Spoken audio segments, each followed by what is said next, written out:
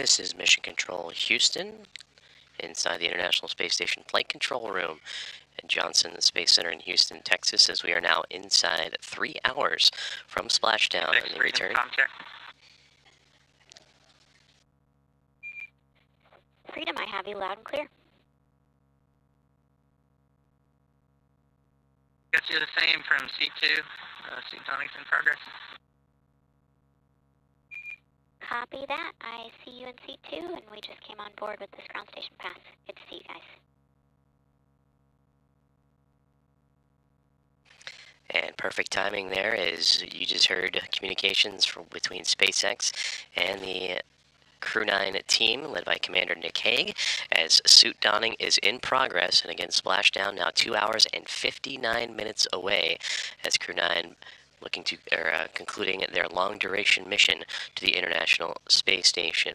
Before that, a couple of other key milestones that we will keep an ear out for. The prop waste burn will occur about an hour and 13 minutes from now, and that'll allow the Dragon spacecraft to expend unnecessary propellant to have the spacecraft reach the proper mass before beginning its deorbit process. And with that, that'll include the deorbit burn, which will occur about an hour after the prop waste burn, 2 hours and 13 minutes from now, and will set the Crew 9 team on the proper trajectory for the eventual splashdown in the Gulf just off the coast of Florida at 4:57 p.m. Central Time, 5:57 p.m. Eastern Time. For Commander Nick Hague being joined with his Crew 9 compadres in Butch Wilmore and Suni Williams, along with Aleksandr Gorbunov of Roscosmos. Their suit donning continuing to move forward, their deorbit preparation well underway, as this team wrapping up again their long-duration mission aboard the International Space Station. For Hague and Gorbunov, they'll complete 171 days aboard the orbiting lab and in microgravity. For Wilmore and Williams, an extended stay of 286 days. We'll continue our audio coverage until around 3:30, and that's when we will toss it over to the NASA and SpaceX teams in Hawthorne, California, who will take you live through the re-entry and splashdown and overall return of Crew 9 to Earth. Until then, this is Mission Control Houston.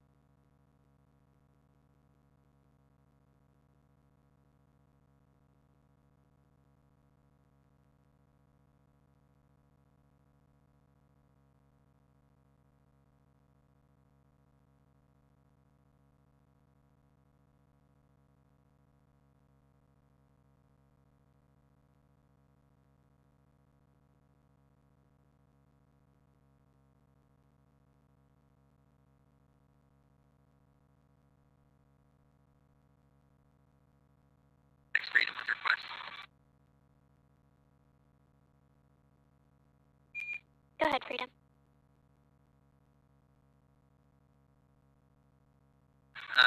Can you take the cameras external? We're going to do one more quick bathroom break, make some adjustments, and then we'll finish up getting in seats. Yep, no problem. I'll do that right now.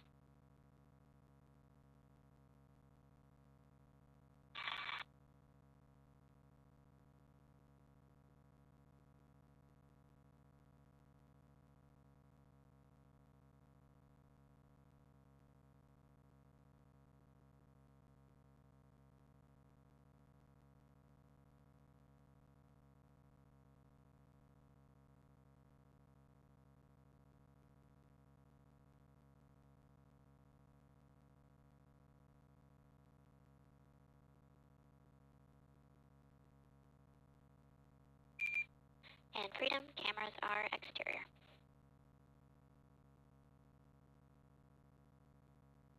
Copies.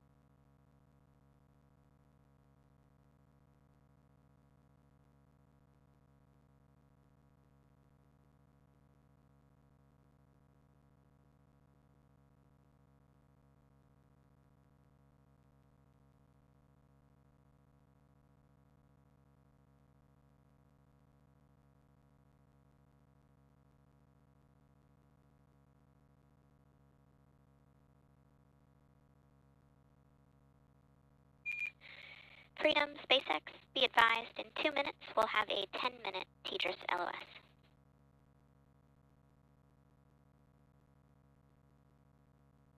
Copies. 2 minutes to a 10-minute LOS.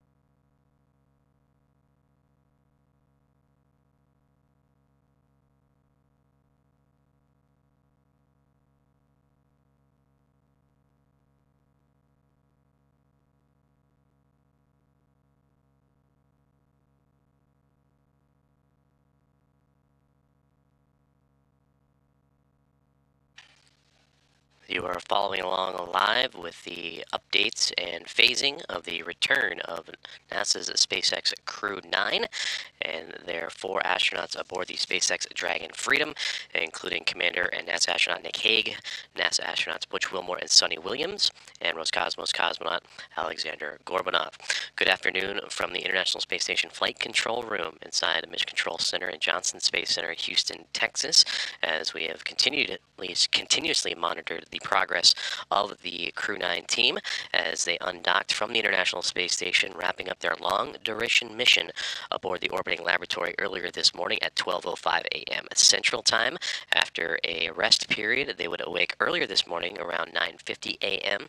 and get right to work with deorbit preparations, stowage, as well as beginning to don their undergarments and current entry suits.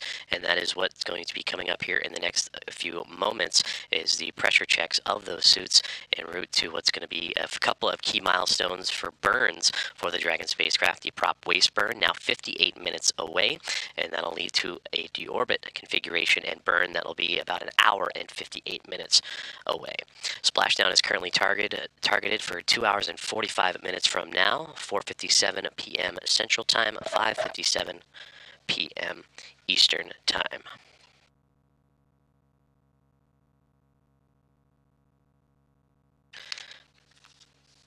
Crew 9 led by Commander Nick Hague, who will be completing his 3rd flight to microgravity and 2nd mission to the International Space Station. 171 days for him and his Crew 9 counterpart, Roscosmos cosmonaut Aleksandr Gorbunov, who is wrapping up his 1st flight for 171 total days for him. They would launch the International Space Station back in late September the 28th and dock on the 29th to begin their journey. For Butch Wilmore and Suni Williams, an extended stay for them aboard the orbiting lab. 286 days will be under their belt after splashing down off the coast of Florida, the Gulf Coast, and just outside of Tallahassee. For Wilmore and Williams, their 3rd space flights in total. For Wilmore and Williams, the 286 days adding to their career numbers, 464 days for Wilmore, 608 days for Suni Williams.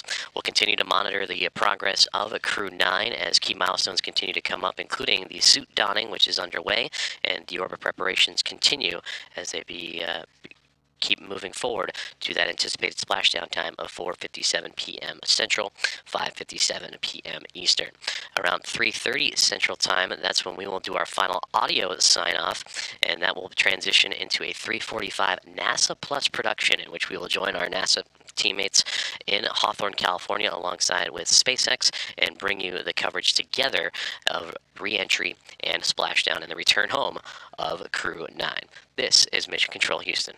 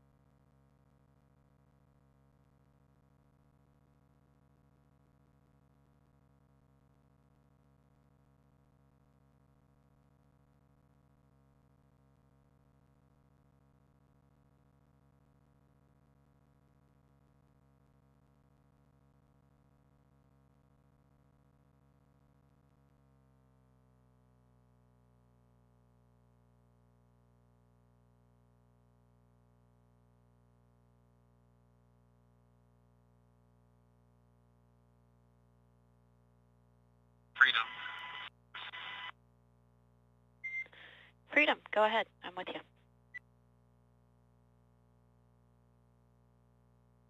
Uh, 4.010 and to deorbit prep 4.700. We're holding at the suit leak check, waiting for your go.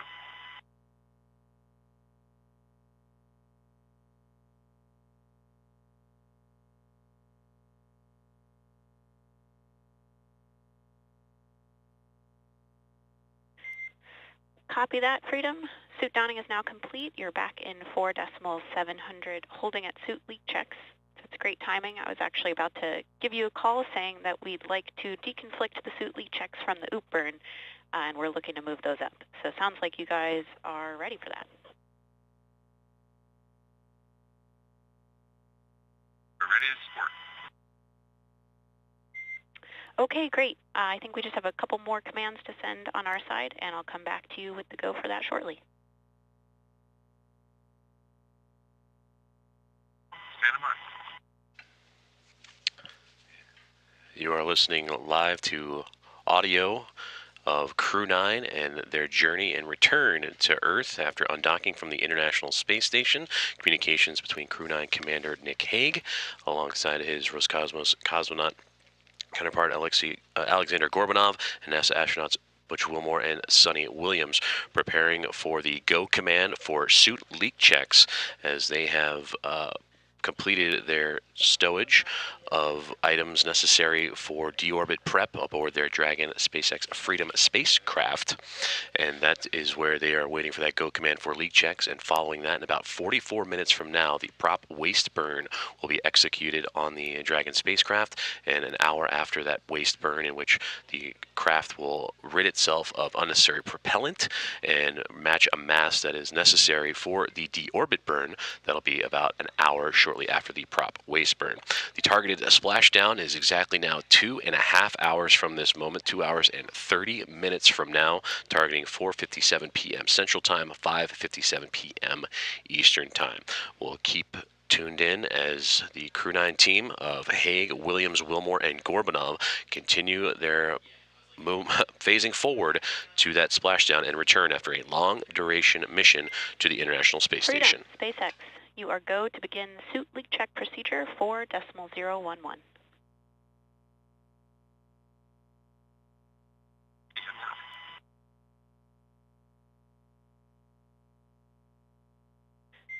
And Freedom, let us know when we have permission to bring cameras back on board.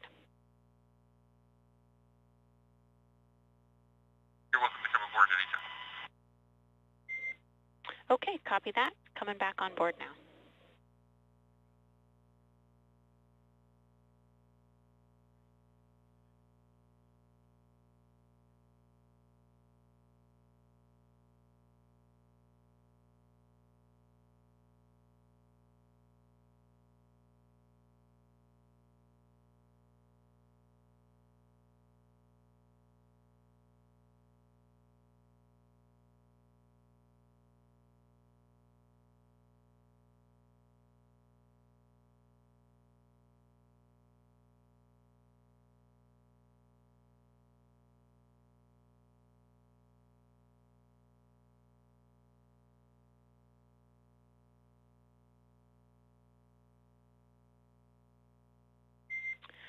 And Freedom, cameras are back on board. Next ground station pass is in about 5.5 minutes.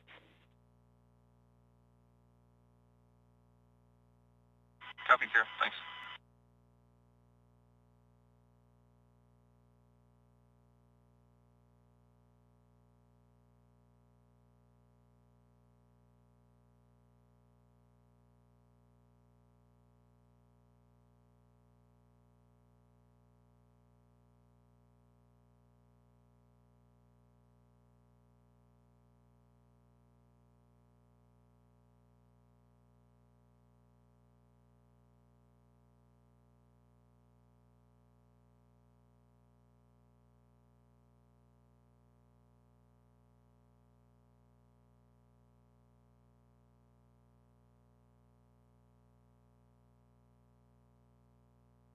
And SpaceX Freedom, we're ready to pressurize.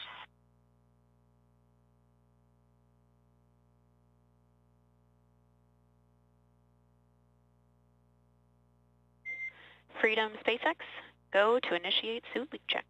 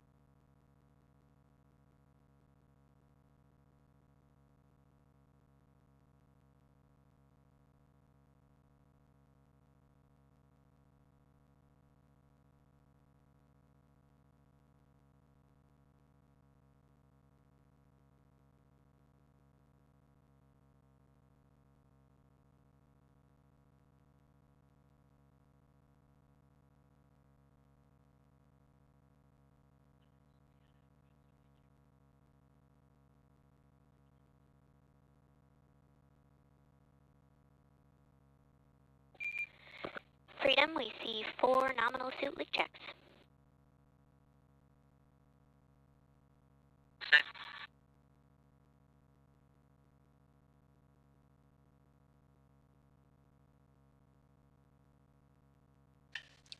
This is Mission Control Houston, coming to you live with audio coverage of NASA's SpaceX Crew 9 as they continue to make their way closer and closer to their anticipated splashdown off the coast of Florida near Tallahassee. You just heard communications between Crew 9 Commander Nick Hague and the core at SpaceX in Hawthorne, California, the crew operations and resources engineer, confirming 4 good suits for the astronauts on board the Dragon Freedom spacecraft. NASA astronaut and commander of Crew 9 Nick Hague relaying that information and speaking on behalf of also his crewmates and NASA astronauts Butch Wilmore, Suni Williams, and Roscosmos cosmonaut Aleksandr Gorbunov. The 4 of them are completing a long-duration mission to and aboard the International Space Station, in which for Wilmore and Williams, 286 days in microgravity for them upon completion of their mission. And for Hague and Gorbunov, 171 days. For Wilmore, Williams, and Hague, the NASA astronauts, they are completing their 3rd space flight. And for Hague, a career total now of 374 days in microgravity. Williams, 608 days. And for Wilmore, 464 days. And for Aleksandr Gorbunov, this is his first space flight and return home. and will clock in at 171 days for him. For Hague and Gorbunov, they would launch on the Dragon spacecraft back in late September and spend that time aboard the International Space Station. For Wilmore and Williams aboard the Boeing Starliner that would launch back in early June. The Crew 9 quartet would undock from the International Space Station after fond farewells and goodbyes early this morning at 12:05 a.m. Central Time, 1:05 a.m. Eastern. And they would depart the zenith port of the Harmony module on the International Space Station. That is the space-facing port in which the Dragon would maneuver up, around, and underneath the station on a series of undocking burns and departure burns to back away in the neighborhood of that station, and then complete a series of departure burns and phasing burns to put the Dragon spacecraft on the appropriate trajectory to begin its journey home.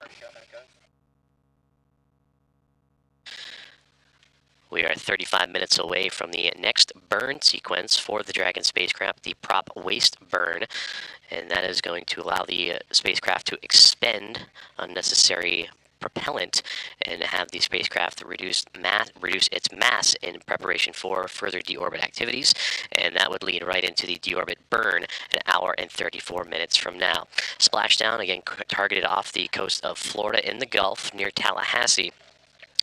2 hours and 21 minutes from this moment. 4:57 p.m. Central, 5:57 p.m. Eastern. We'll continue our audio coverage until about 3:30 p.m. Central Time, and that's when we will hand over to both our NASA colleagues and SpaceX partners over in Hawthorne, California. That'll take us live on NASA Plus, the agency's website, nasa.gov, as well as the social media channels beginning at 3:45 p.m. Central, 4:45 p.m. Eastern for all the coverage of re-entry and splashdown. So far, so good, and the crew happy and healthy aboard the Dragon spacecraft. 4 good suits after the recent suit check, and they continue their progress in their journey home to Earth. This is Mission Control Houston.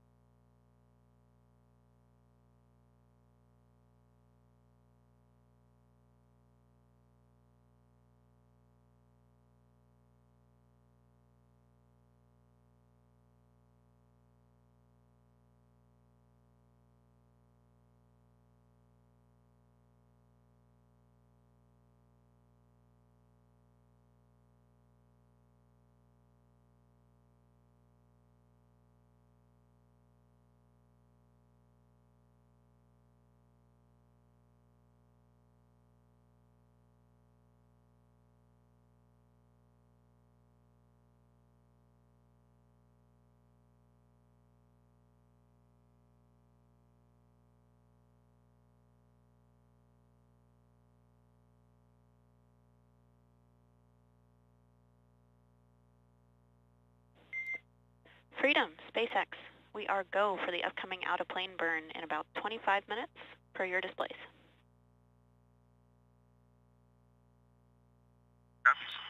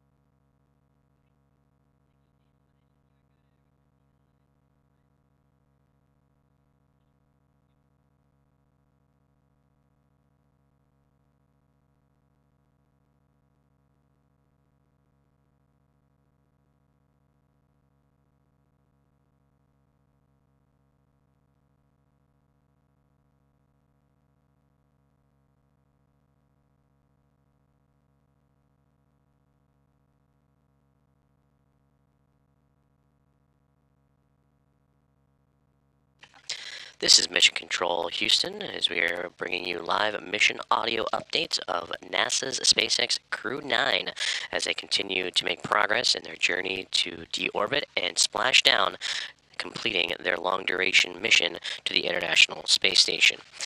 Good afternoon from the International Space Station Flight Control Room and Mission Control Center, Johnson Space Center, Houston, Texas, as crews on the ground both here in Houston and in Hawthorne, California, and SpaceX continue to monitor the progress of Dragon and their 4 crew members aboard, led by Commander and Pilot Nick Hague, NASA astronauts Butch Wilmore, Suni Williams, and Roscosmos cosmonaut Aleksandr Gorbunov.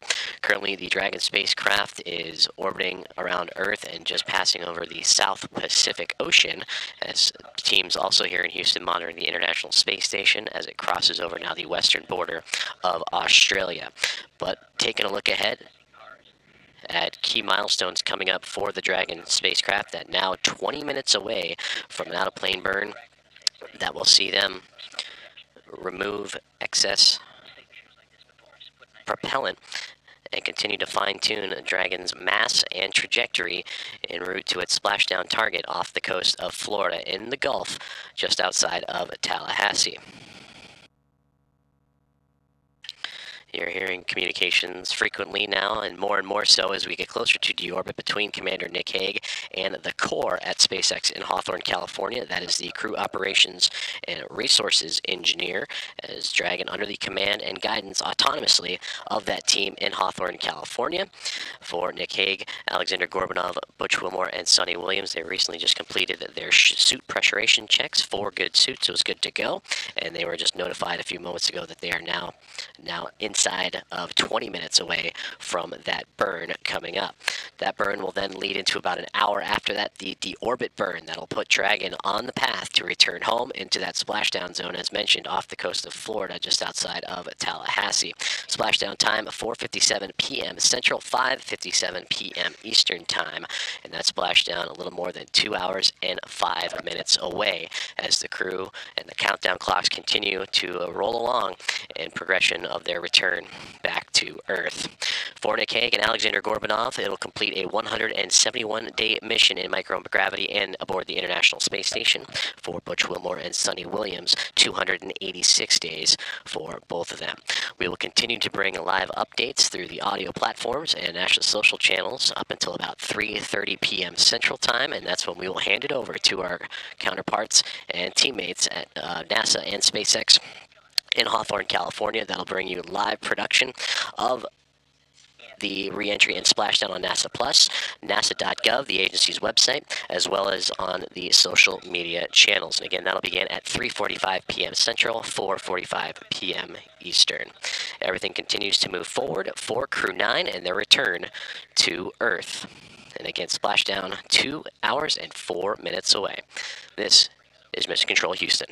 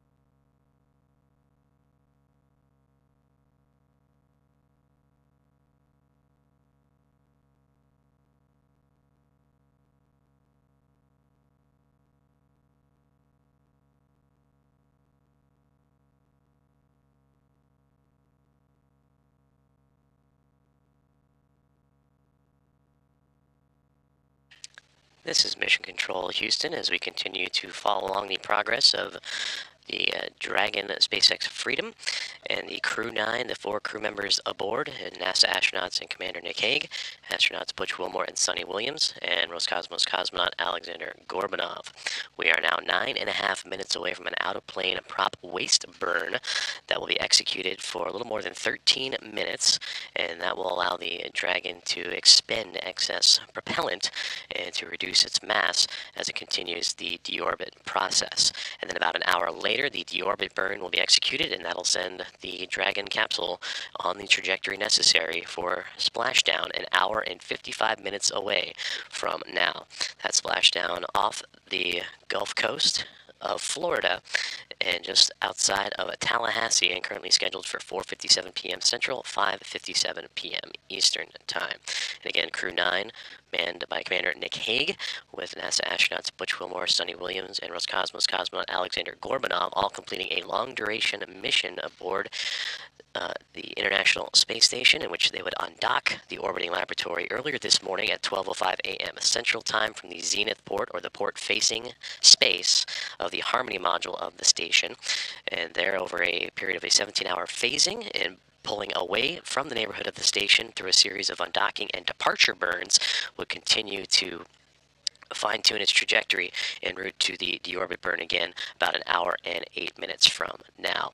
But inside 9 minutes from the out-of-plane and prop waste burn, we will continue to follow along as the crew aboard the Dragon SpaceX, or the SpaceX Dragon Freedom spacecraft, continues to complete its deorbit preparations. They are in their suits. They did a pressure test a few moments ago for good suits and ready for the commands and the prop waste burn to begin. We'll continue our mission audio coverage of all things Crew 9 and their return to Earth before we'll toss it over to our team in Hawthorne, California. The NASA and SpaceX commentators will take over at 3:45 p.m. Central Time to take you through re-entry and splashdown, as Crew 9 making its return back after a long-duration mission aboard the International Space Station. This is Mission Control Houston.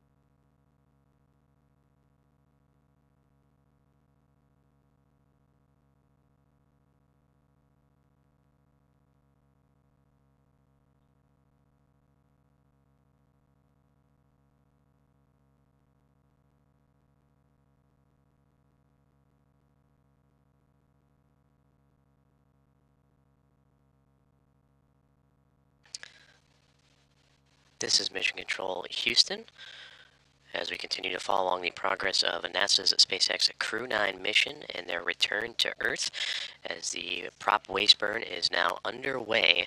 That'll go for about 13 minutes and allow the Dragon Freedom spacecraft to expend excess propellant and have the mass necessary to complete the deorbit burn and then eventual splashdown off the coast of Florida in the Gulf an hour and 45 minutes from now.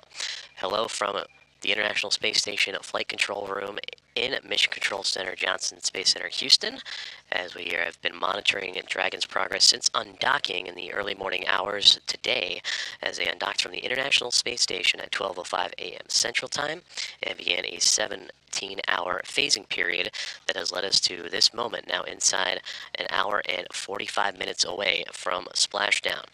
Crew 9, consisting of Commander Nick Hague, NASA astronauts Butch Wilmore and Suni Williams, and Aleksandr Gorbunov of Roscosmos, the 4 astronauts together, in that Dragon spacecraft, continuing their journey and about to wrap up their long-duration mission that saw them with extended time on the International Space Station.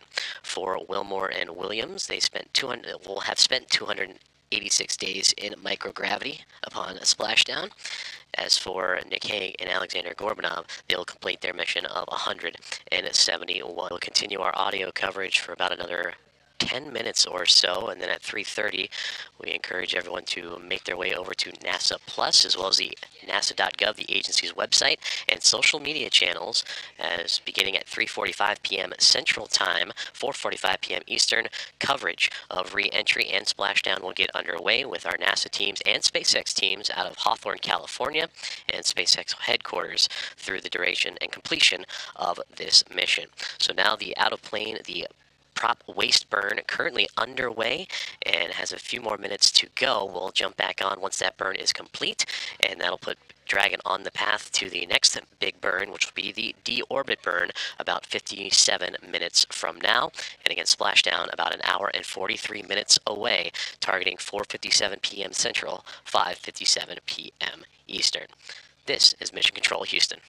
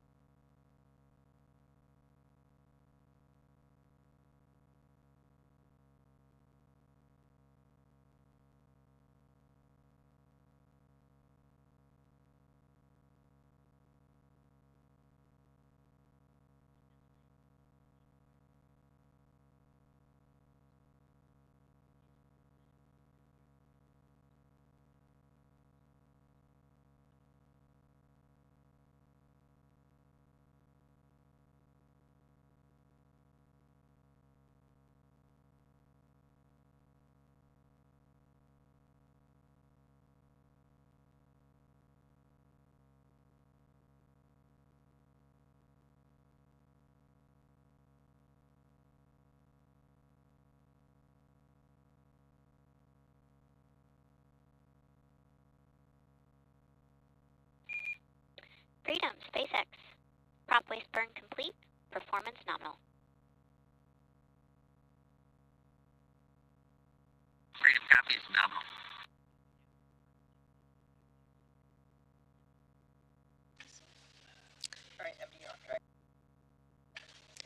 This is Mission Control Houston, coming to you live with mission audio coverage as NASA's SpaceX Crew 9 continues to make way on its return trajectory back home to Earth, with splashdown coming about an hour and 32 minutes from now. You just heard confirmation between the ground teams in Hawthorne, California at SpaceX, the core, the crew operations and research engineer, communicating with NASA astronaut and commander of Crew 9, Nick Hague, that they had a good out-of-plane prop waste burn that lasted a little more than 13 minutes, and now that sets them up for the deorbit burn coming in about 45 minutes from now. On board the Dragon Freedom spacecraft, Commander Nick Hague joined alongside NASA astronauts Butch Wilmore, Suni Williams, and Roscosmos cosmonaut Aleksandr Gorbunov. After a long-duration mission aboard the International Space Station for Wilmore and Williams, 286 days in microgravity. For Nick Hague and Aleksandr Gorbunov, 171 days will be coming to a close, and again about an hour and 31 minutes from now, with the targeted splashdown of 4:57 p.m. Central Time, 5:57 p.m. Eastern Time. This will be our last audio update, and we encourage those that have been tuned in on the NASA social channels to move on over to NASA Plus, or you can follow along on the NASA YouTube channel as well, the agency's website at nasa.gov, and social media beginning at 3:45. We will team up the NASA teams and SpaceX for joint coverage of reentry and splashdown. That is 3:45 p.m. Central Time, 4:45 p.m. Eastern Time. As Commander Nick Hague, Butch Wilmore, Suni Williams, and Aleksandr Gorbunov entering that last leg before the deorbit burn and eventual splashdown and return home for Crew 9. This is Mission Control, Houston. M is with you. All right, we are 37 minutes out from deorbit sequence start and an hour and a half from splashdown. Through splashdown, I'm tracking no deltas to your crew timeline larger than a minute, so you can expect those times to be accurate. We're not tracking any issues on board Dragon. Recovery vessel Megan is standing by off the coast of Tallahassee, and we're tracking no issues on the boat. Weather out there continues to look excellent. Winds are just under 4 knots, waves just over 1 foot with an 8-second period.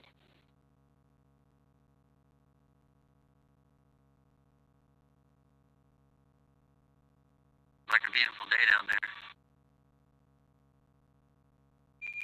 It sure does.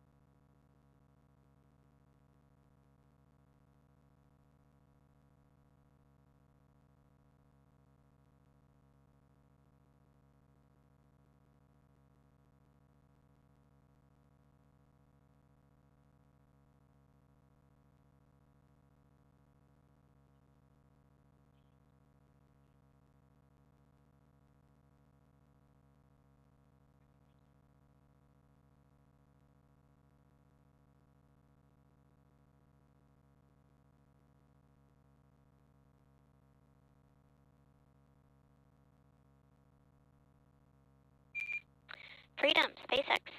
SpaceX is go for deorbit entry and landing. Deorbit sequence start in 30 minutes.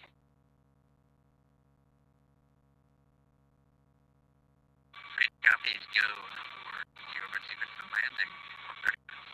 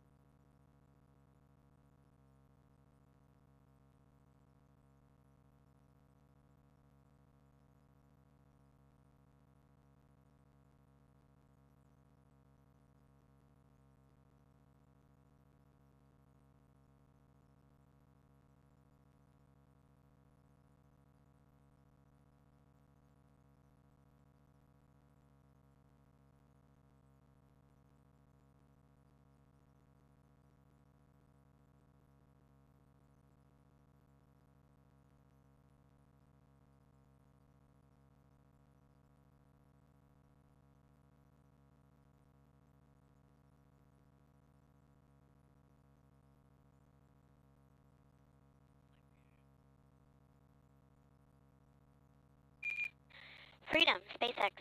Be advised, in 2 minutes we'll have a 13-minute TDRS LOS. I'll catch you on the other side in time for deorbit sequence start.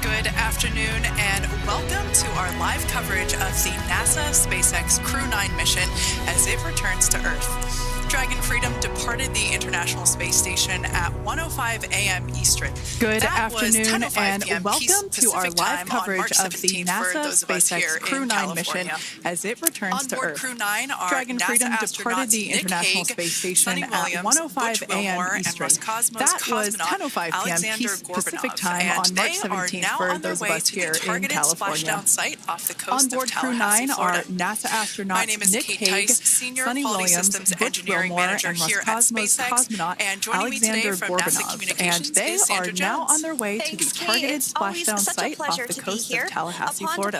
The International My name is Space Kate Station Tice, Dragon Senior Quality underwent a Systems sequence Engineering of Manager departure here burns. at SpaceX, The crew then had and a rest joining me today period from and NASA has since Communications kicked off is Sandra preparations Jones. for Thanks, re-entry, Kate. It's including always such getting a into pleasure their to be here. spacesuits and Upon departing the successfully performing a International leak Space check. Station, The Dragon next phase of underwent the a mission is when sequence of things will departure really start burns. to amp up. The crew then Dragon had a has a rest series of period steps and to has complete since before kicked off returning Crew 9 preparations home. for That's re-entry, right. First, including Dragon getting will into their maneuver to the spacesuits correct and successfully attitude performing and a leak jettison check. its trunk, The which next is phase the of the mission is when cylindrical, things will really start to unpressurized amp lower up. part of the Dragon has spacecraft. a series The of trunk steps to is complete currently before connected returning to Crew the 9 aft home. or bottom That's right. section of First, Dragon, Dragon where will the heat shield maneuver to is the exposed, correct or is attitude located. and But in jettison order to its trunk, expose which that is heat the shield and get the cylindrical, vehicle ready for unpressurized lower atmospheric part of the re-entry, spacecraft. we're going to The jettison trunk that trunk. is currently connected From there, to the the aft or spacecraft will bottom use section its of Dragon, forward where thrusters the heat to shield perform is a deorbit exposed, burn, or is which will located. put But Dragon in on order a to trajectory expose to that heat return to shield Earth. and get the This vehicle burn ready will last for about atmospheric 7.5 re-entry, minutes once it we're going to starts. jettison that trunk. The deorbit burn From there, uses the Draco spacecraft thrusters will on use Dragon, its forward primarily the four thrusters to located perform on the a forward deorbit burn, bulkhead, which will put and is Dragon on a executed at trajectory the to altitude return to or the Earth. highest This point burn of will Earth's last about current orbit 7.5 around the minutes Earth. once it starts. This deorbit The burn will deorbit burn alter uses Dragon's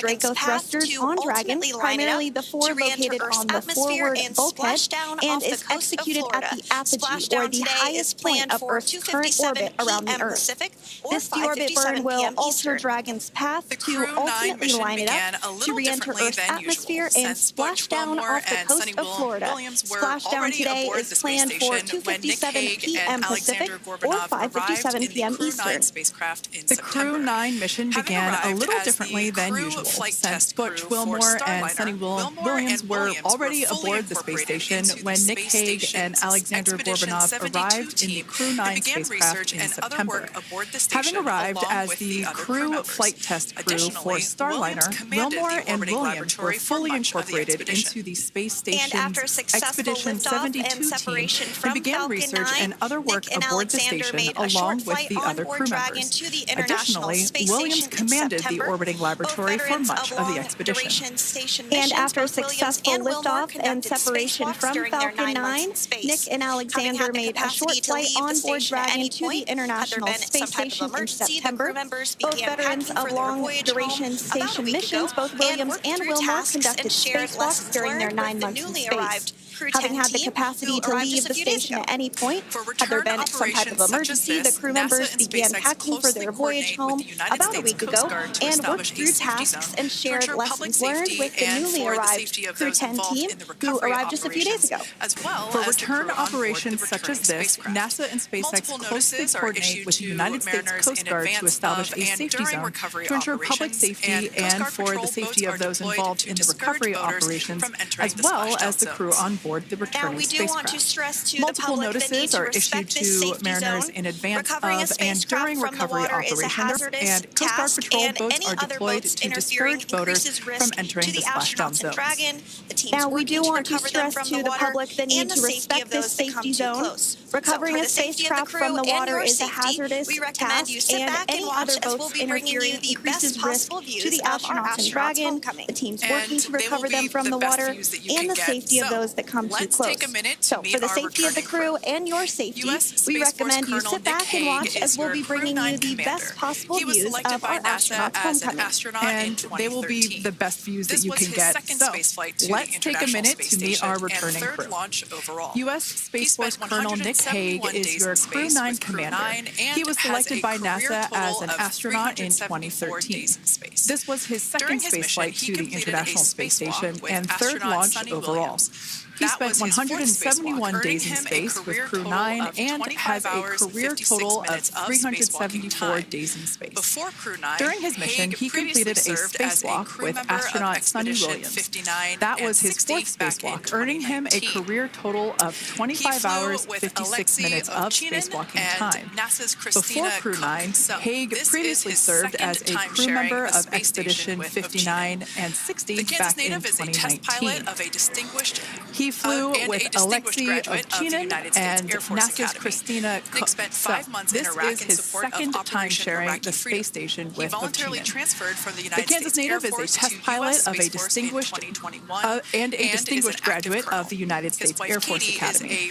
Nick spent 5 months in Iraq in support of Operation Iraqi Freedom. He voluntarily transferred from the United States Air Force to U.S. Space Force in 2021 and is an active colonel. His wife Katie is a retired U.S. Air Force colonel, and they have 2 sons. NASA astronaut Suni Williams is a mission specialist for Crew 9. This was her third visit to the space station. She originally launched aboard Boeing Starliner spacecraft and arrived at the space station on June 6th. And it looks like we're beginning to get some views inside the spacecraft, overlooking the shoulders of the crew on board Dragon. We'll continue to bring you those views throughout the day and views throughout splashdown this morning, or this afternoon rather. But to jump back into a little bit more about Suni, she became an Expedition 71-72 crew member, and she logged 286 days in space on this mission. But she actually has a total of 608 days in space, the second most time in space by a U.S. astronaut. Former NASA astronaut Peggy Whitson ranks first for the U.S. with 675 days in space. She conducted 2 spacewalks spacewalks and has completed 9 over the course of her career for a total of 62 hours and 6 minutes of spacewalking time. She ranks 4th on the list of cumulative time spacewalking by a female astronaut, and she has flown on 4 different spacecraft types, including the Space Shuttle, Soyuz, Starliner, and now Dragon. Previously, she served on Expedition 14 and 15 in 2006 and 2007, and again with Expedition 32 and 33 in 2012. She's a retired U.S. Navy captain and is a proud graduate of the U.S. Naval Academy. He conducted 1 spacewalk and completed NASA 5 astronaut over the Butch course Wilmore of his career, is also serving as a mission specialist today. This is his 3rd spaceflight, and just like Sunny, logged 286 days in space. He conducted 1 spacewalk and completed 5 over the course of his career, earning him a total spacewalking time of 21 hours, 2 minutes. He's flown on 4 different spacecraft types throughout his career: the Space Shuttle, Soyuz, Starliner, and now Dragon. Previously, the Mount Juliet, Tennessee native served on STS-129 in 2009 and Expedition 41 and 42 from 2014 to 2015. Wilmore is also retired, a retired captain in the U.S. Navy. And Aleksandr Gorbunov is a 3rd mission specialist serving on today's mission. Crew 9 was his very first spaceflight to the space station, earning him a total of 171 days in space over the course of his career. Gorbunov, along with Nick Hague, saw the arrival of 4 visiting vehicles and saw the departure of 4 as well. The duo orbited the Earth more than 2,700 times during their mission. Before his cosmonaut selection in 2018, Gorbunov worked as an engineer for a rocket space corporation and helped support cargo spacecraft launches from the Baikonur Cosmodrome in Kazakhstan. System fluid loops from the radiator. This system is what will help keep the to prepare for upcoming events, Dragon is currently doing a couple of things autonomously. First, it's isolating the thermal control system fluid loops from the radiator. This system is what will help keep the internal temperature of Dragon very comfortable for Nick, Sunny, Butch, and Aleksandr during the re-entry phase. Dragon is also initiating separation of the claw mechanism, which will terminate data, power, and fluid connections between the spacecraft and the trunk in preparation for that trunk separation that I mentioned earlier.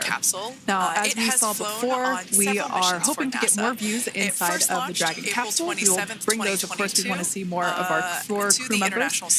But now a bit more of the Dragon Freedom capsule. It has flown on several missions for NASA. It first launched April 27th, 2022 to the International Space Station on NASA's SpaceX Crew 4 mission.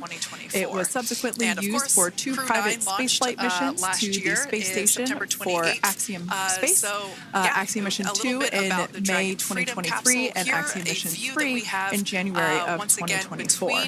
And of course, Crew 9 launched last year, is September 28th. So yeah, a little bit about the Dragon Freedom capsule. Here, a view that we have once again between the shoulders of Commander Nick Hague, who is on the left-hand side of your screen there, and Mission Specialist Aleksandr Gorbunov there on the right. That's right, Kate. And the next major milestone that we're looking ahead towards this afternoon is claw separation. We're targeting that claw separation at 2:05 p.m. Pacific time this afternoon, so less than 10 minutes from now. Continuing to get some views inside Dragon Freedom. To the far left there is NASA astronaut Butch Wilmore, and as you can see, the crew is suited up in their spacesuits. They are suited up in what we call dynamic phases of flight. So when they launch, when they dock, when they undock, when they return back for splashdown. You might hear some call-outs on the loops about putting their visors down. That will happen just prior to deorbit burn. And you'll hear us pause when some of those communications happen. That's because we want to make sure that we are relaying the best information to you all, and so that you hear it as well. So if you do hear us pause, that is what we're doing. You also see they have their on there, and I know the gloves are pretty unique on the Dragon spacesuits, right? They're custom created. The spacesuits overall is custom fit for each astronaut. These gloves enable usage of the touchscreen panels that they have in front of them. We can't see it from this view, but that view we saw earlier between Aleksandr Gorbunov and Nick Hague, that is a touchscreen. It allows the crew to monitor everything that Dragon Dragon is doing, along with those tablets that they have there on their legs. So yeah, the spacesuit itself is intended to act as a mini spaceship, if you will, as once the visors are closed, it is able to maintain a pressure in the unlikely event of a depressurization event for Dragon. So there we can see those screens I was talking about. So there in the center, we've got the location tracker, as well as on the left-hand side, it's mapping out the operations that Dragon is executing. The crew has to remain well informed of all these things that Dragon is doing autonomously. That basically means that Dragon is flying itself. The crew has the ability to gain control of the capsule if necessary, but the capsule is essentially going to bring itself home. But of course, in order to be familiar with So we did hear that call out for the deorbit sequence start to begin here in 5 minutes. That call from the ground came from the core, or Crew Operations Resource Engineer here in Hawthorne, Mission Control just behind us, and that went up to Commander Nick Hague. He's going to be doing the majority of the communications during the flight downhill today through splashdown, Crew Operations Resource Engineer here in Hawthorne, Mission Control just behind us, and that went up to Commander Nick Hague. He's going to be doing the majority of the communications during the flight downhill today through splashdown, and they'll be communicating with the core all along the way. Now, we did mention that they are flying on Crew Dragon Freedom. The naming of spacecraft has gone all the way back to the very beginning of the human spaceflight program. This is a nod to Alan Shepard naming his spacecraft Freedom 7 during the Mercury program. And so the crew that first flew up on Freedom a few years ago had the opportunity to name this Dragon, and they named it Freedom. That was Crew 4 that was the first flyers on this spacecraft. It's also flown for Axiom Mission 2 and 3, and then of course today for Crew 9 as well. Yeah, actually, fun fact about this particular capsule, of those 4 missions that Sandra just mentioned, we have seen daytime splashdowns for 2 of those. Today will mark the third daytime splashdown. So there's something lucky about this particular capsule that gets daytime splashdowns. Nighttime is great because we can see even more clearly the capsule streaking through, but I personally love the daylight views because we really get even better views of the recovery team operations during that phase of the mission. Yes, absolutely. And if you follow along with our mission, you'll know that sometimes weather is a watch item when it comes to undocking and splashdown. We just splash down in the water, so we want to ensure that parameters like wave heights and wind speeds and precipitation, lightning, all of that is looking good for the crew and the safety of those recovery personnel. And today the weather is just pristine. We got off of space station on the very first attempt. So I'm joking around and saying that it was because it was St. Patrick's Day and we got really lucky with the weather. Typically, I wouldn't disagree with that. We enter the period speaking of weather, we will be hearing from core. We will hear an entry briefing from the core, the Crew Operations Resource Engineer, and they will deliver important information. Typically, before we enter the period of loss of signal or LOS, we will hear an entry briefing from the core, the Crew Operations Resource Engineer, and they will deliver important information like updated anticipated splashdown and loss of signal times to the crew, as well as the wave height and wind speed. So we'll be standing by to listen in on those. Like I said, that will happen shortly after, typically after trunk separation. I can't quite remember if it's before or after deorbit burn. It must be before. But in any case, we'll be hearing all of that coming from core. In fact, that individual is seated there in the room on your screen. That is SpaceX Mission Control in Hawthorne, California. That room is located just over our shoulders, and that is where Dragon operators are standing by on console, monitoring the progress of Dragon as it continues its way home. It's been, at the point of splashdown, it'll be about 17 hours since Dragon undocked from the International Space Station. The team there in Mission Control, there are multiple teams, in fact, and they cycle through shifts to ensure that everybody gets the required rest and sleep periods, just like the astronauts on board. That's right. And so Crew it looks like we're Operations and about 3 Resource minutes Engineer or is so seated there from the in claw the room, and separation that, like Sandra said, is the primary voice that will be hearing The claw is a communicate portion from on the spacecraft that team holds to the the crew trunk on to board. Dragon. Following claw That's right, and separation, we're so going it to looks like we're about 3 minutes or so from the claw separation portion of today's flight. The claw is a portion on the spacecraft that holds the trunk to Dragon. Following claw separation, we're going to jettison or remove that trunk because it's no longer needed. The trunk has solar arrays on it that provides power to the Dragon spacecraft, but now that we're beginning the re-entry process, we need to go ahead and jettison that trunk and able to expose the heat shield, which is really going to do the heavy lifting as Crew 9 re-enters the Earth's atmosphere. They come in at 17,500 miles per hour, so they really need to ensure that that heat shield absorbs that heat, and there's deorbit sequence and so start. we did just get communications there that the deorbit sequence start has begun. So here in just a couple minutes from now, we expect to hear information or a call back about the claw separation having begun.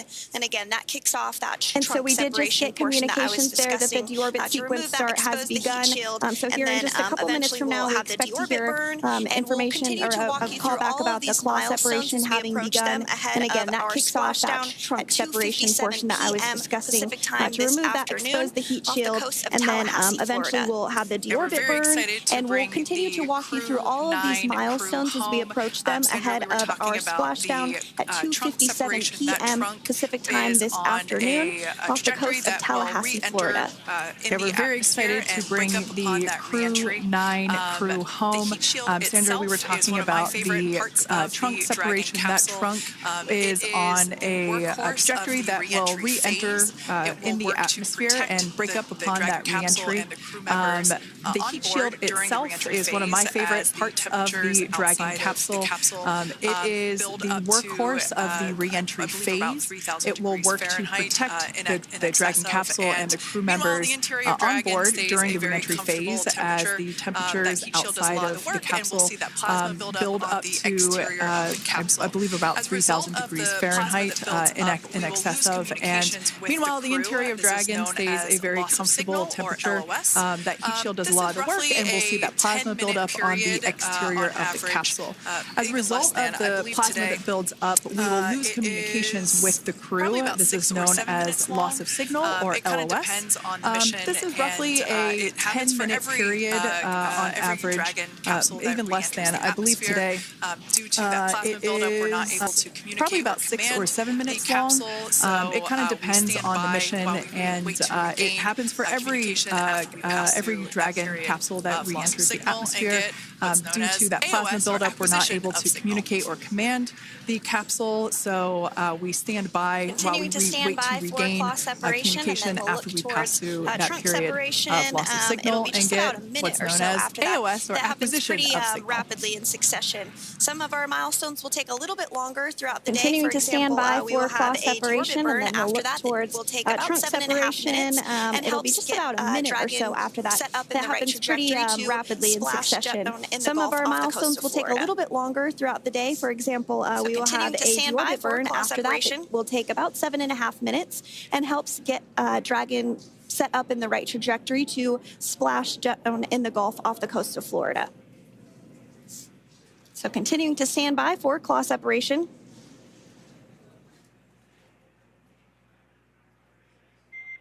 Nominal trunk jettison.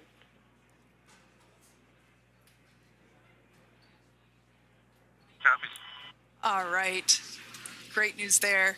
That trunk has been jettisoned from the Dragon capsule. Nominal so trunk the jettisoned. claw was separated. That's the mechanism that connects the telemetry and power between the Dragon capsule and the trunk. That trunk has been jettisoned from the Dragon capsule.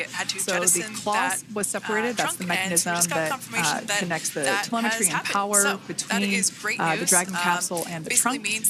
In order to expose the heat shield underneath Dragon, we had to jettison that trunk, and we just got confirmation that that has happened. So that is great news. Basically means that telemetry is looking good, and that the nitrox system is primed for cabin and suit cooling, and the heat shield, like I said, is now exposed and ready for atmospheric re-entry. The trunk served its purpose by gathering energy from the sun through its solar cells and converting that to battery power. since we separated the trunk, we can't generate any more new power, but we really don't need to since we're coming home and Dragon has enough battery power already stored.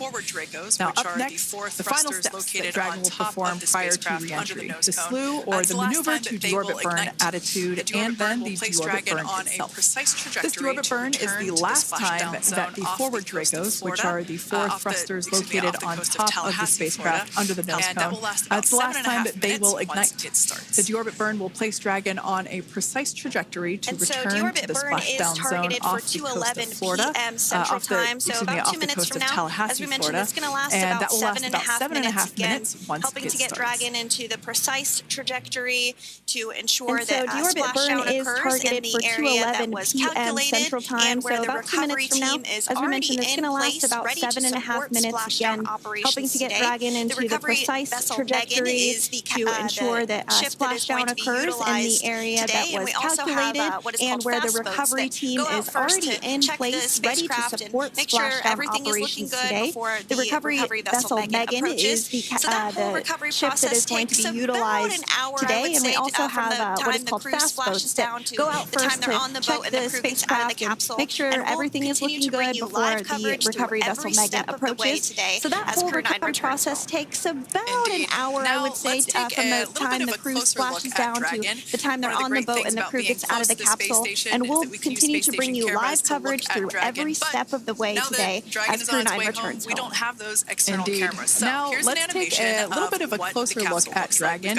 One of the great things about being close to the space station is that we can use space station cameras to look at Dragon. But now that Dragon is on its way home, we don't have those external cameras. So here's an animation of what the capsule looks like. We've got the pressurized section, the capsule on the top, and the trunk or the unpressurized section on the bottom. That's where those solar panels that we manufacture in-house are located, soaking up the energy from the sun and turning it into power for the capsule.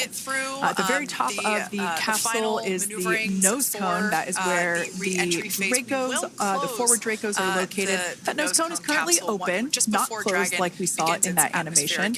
Once we get through the final maneuverings for the re-entry phase, we will close the nose cone capsule just before Dragon begins its atmospheric entry to protect that forward hatch there located along with those forward Dracos. An example for this particular spacecraft. That's right. I was going to mention that the nose cone does open shortly after launch, and it remains open the entire time that Dragon is docked to the International Space Station.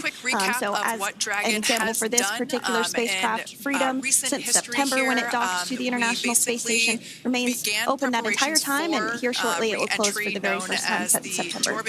So a quick recap of what Dragon has done in recent history here. We basically began preparations for re-entry known as the deorbit sequence. So Dragon released the trunk. As we said before, we separated the claw, we released the trunk. It next will slew to the deorbit burn attitude, slew basically meaning maneuver, so it will position itself correctly to execute that deorbit burn. We want the heat shield side to be facing forward or first, if you will. We want that to be the leading edge of the Dragon capsule, as that heat shield is meant to basically be an ablative material for the heat that it will incur. Once we complete that deorbit burn attitude slew, we will initiate the deorbit burn itself. That will last for several minutes, expecting that to be to start here any moment now, actually, and that it will go until about 2:18 p.m. Pacific time or 5:18 p.m. Eastern time. And I did hear confirmation that deorbit burn is underway. As we mentioned, it's about a 7.5 minute burn. So within the last 10 minutes, Dragon has jettisoned its trunk and initiated the deorbit burn just seconds ago. As mentioned earlier, for those operations, NASA and SpaceX closely coordinate with the United States Coast Guard to establish a safety zone to ensure public safety and for the safety of those involved in the recovery operations, as well as the crew on board the returning spacecraft. Multiple notices are issued to the mariners in advance of and during recovery operations, and Coast Guard patrol boats are deployed to discourage voters from entering the spacecraft, the splashdown zones. So we do want to stress to the public the need to respect the safety zone. Recovering a spacecraft from the water is a hazardous operation, and any other boats interfering increases the risk to not only the astronauts in Dragon, but the teams working to recover them from the water and the safety of those that may come too close. So for the safety of the crew, which you see there on your screen, your safety, we recommend you sit back and watch as we'll continue to bring you the best possible views of our astronauts' homecoming. Yeah, as I mentioned earlier, this deorbit burn is the last time that we will utilize our 4 forward Draco thrusters, forward basically meaning at the top of the Dragon capsule. Dragon Freedom has not yet entered the Earth's atmosphere.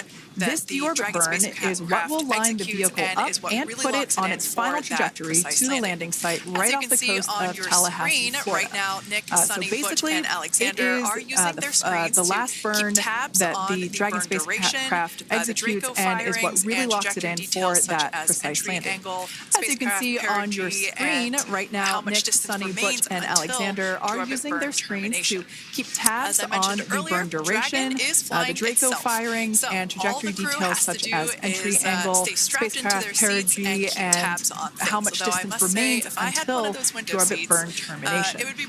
As I mentioned earlier, Dragon is flying itself. So all the crew has to do is stay strapped into their seats and keep tabs on things. Although I must say, if I had one of those window seats, it would be pretty difficult to restrain myself. All of these sites are located now, off the coast of with Nick, Florida, Sunny, Butch, and Alexander ready to deorbit and splash down back on Earth, they will be heading to one of 8 targeted sites supported by SpaceX and NASA. All of these sites are located off the coast of Florida, either in the Gulf of America or the Atlantic Ocean. Spreading the supported sites across multiple locations helps maximize the return opportunities for this mission and future crews, lowering the chance that we'll have to wave off due to bad weather. For those of you following along, you'll know that today's splashdown marks our final Dragon recovery on the East Coast. As always, NASA After and SpaceX jointly select our splashdown location, recovery and for today, operations the off prime the East Coast, recovery site is we'll off be the coast moving of Tallahassee, all Dragon Florida. recovery The operations selection back process to the West works Coast. with a lot of different variables, And including as the space always, station's NASA and orbital SpaceX trajectory jointly or path that select it our follows, splashdown what landing location. sites are And available, for today, and the how prime favorable weather, recovery how site much is off free the flight coast of capability Tallahassee, Dragon Florida. has for the trip The home, selection and the sleep process works schedules with a for lot the of different returning variables, crew members, including the as space well as, station's of course, orbital the big one, the trajectory weather. or path that it follows, what landing sites are available, and how favorable weather, how much free flight capability Dragon has for the trip home, and the sleep schedules for the returning crew members, as well as, of course, the big one, the weather. We'll start with calculating daily return options based off of the space station's current orbit and Dragon's capabilities to maneuver and line up for re-entry. The time from undock to landing at the primary site can vary from less than 6 hours to more than 39. Getting home the quickest comes with some obvious benefits, but we always have to make sure the crew is properly rested for dynamic operations, preventing us from scheduling 20-plus hour days for them, of course. Dragon Trajectory uses its and ballistic Draco thrusters experts after provide leaving station the to daily execute a series opportunities of that would line up altitude-lowering Dragon maneuvers with the and to 7 line up landing with the zones selected and split primary them site. into what we It call can also ascending change to and different descending alternative sites opportunities. with, while in a Dragon free flight, uses if its Draco sudden weather moves in thrusters that we may after need to leaving avoid. station to execute a as we series mentioned, weather of is something we're constantly altitude-lowering looking at, maneuvers making the and to final line call up with to the proceed selected about primary 2.5 site. hours It before can the also crew change to undocks. different So alternative for the sites Crew 9 return, while in we a looked free at a flight number if of weather sudden items. weather moves in that Some we of the may need obvious to ones avoid. are no rain So or a as chance we of mentioned, lightning weather in is the something we're recovery zone, constantly both looking for at, the making the safety final of the call to crew proceed inside about Dragon 2.5 and the hours recovery before the teams crew undocks. in the So water. for the Crew 9 we're return, also we looked at looking a for wind number of weather speeds to items. be less than Some of the 15 obvious feet per ones are no second, rain or or a about 10 chance of miles lightning per in the hour, recovery zone, and relatively both for calm the seas safety so of the that we can crew safely inside Dragon execute and the recovery recovery operations, teams which in includes the landing a water. helicopter And on we're the also recovery looking ship for to wind fly Nick, speeds Sunny, to be Butch, less than and 15 feet Alexander per back to second, Florida. or about 10 Once miles per Dragon hour, began flying and today, we relatively had calm a number of seas so additional that we can checkpoints safely to either execute proceed recovery towards the operations, primary site, which head includes to the landing a alternate, helicopter or on the select a recovery new ship zone to fly based on Nick, real-time Sunny, weather Butch, data. and Alexander These back to check-ins Florida. happened all the way up Once until Dragon we were began in the flying final today, hours we had before a the number of deorbit burn, additional which has checkpoints just to about a either minute or so proceed left in towards it. the primary And this is site, the head last to the burn in the alternate, trip or home select that a commits new Dragon to zone based re-entering on the real-time Earth's weather data. atmosphere. These checks happened all the way up until we were in the final hours before the deorbit burn, which has just about a minute or so left in it.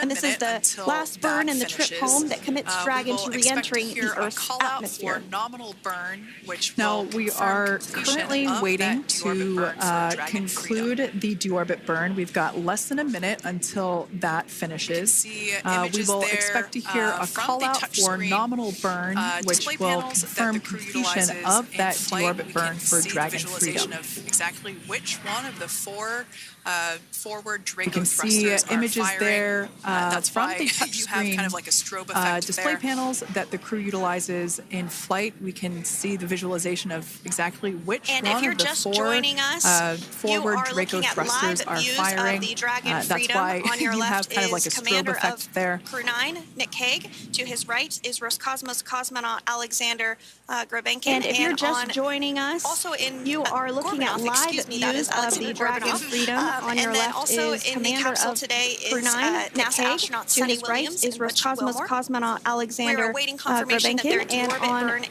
also in Gorbunov, excuse me, that is Aleksandr Gorbunov. And then also in the capsule today is NASA astronaut Suni Williams and Butch Wilmore. We are awaiting confirmation that their deorbit burn is complete, which is the last burn that's going to help set them up on a trajectory to splash down off the coast of Florida. Deorbit burn complete. Nominal Performance burn. nominal. So that means Nose cone that closure deorbit initiated. burn was successful, and nominal meaning as expected, and we're now beginning to close the nose excellent news cone, there. We heard the words we were looking for, nominal burn. Re-entry. So that means that deorbit burn so in the background, was Dragon successful is currently and nominal, meaning as expected, and we're now beginning to close the nose cone in preparation for atmospheric re-entry. Also, the vehicle has initiated. So in the background, Dragon is currently inhibiting those forward bulkhead Draco thrusters that we just used to complete the deorbit burn, ensuring it's safe to latch the nose cone shut for re-entry. At this point, the nose cone is closing and protecting the forward hatch for re-entry, which will help keep Nick, Suni, Butch, and Aleksandr cool and comfortable during re-entry, which is coming up in about 20 minutes from now. At this point, the nose cone is closing and protecting the forward hatch for re-entry. And the crew are using their screens to continue to monitor the locking of the nose cone, which is done by a set of hooks. And as we mentioned earlier, that nose cone has remained open since September, so this is the first time it's closing in a few months. Yeah, that's absolutely right. Now, we will be expecting, as I mentioned before, an entry brief from SpaceX Core. Again, that's the crew operations resource engineer who is seated in that room that you see there on your screen.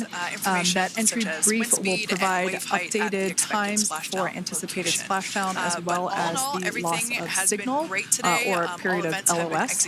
And that briefing will also give us information such as wind speed and wave height at the expected splashdown location. But all in all, everything has been great today. All events have been executed on time as expected, and we are looking forward to a splashdown of the Crew 9 crew at about 5:57 p.m. Eastern Time or 2:57 p.m. Pacific Time. Between now and then, things are going to start moving quite quickly. In fact, if anything, this will have seemed like the slower part of the re-entry phase. We're going to go through, like I said, that period of loss of signal or LOS. That period is a few minutes long where we are unable to communicate or command the capsule due to the plasma that builds up on the exterior of the capsule. That period, like I said, lasts for a couple minutes. You will start to hear SpaceX Core hail the Crew 9 crew a little bit earlier than expected, because we, in the past, have actually regained communications a couple minutes earlier than initially anticipated. So we'll go through that period of loss of signal, that entry period, that specifically when the when the Dragon spacecraft is re-entering through the atmosphere. Approximately at about 18,000 feet when the capsule is traveling at 350 miles per hour. We will see our first views of parachutes for the day. It's one of my favorite moments of return sequences is when we get to see the drogue parachutes. We'll see the drogues come out.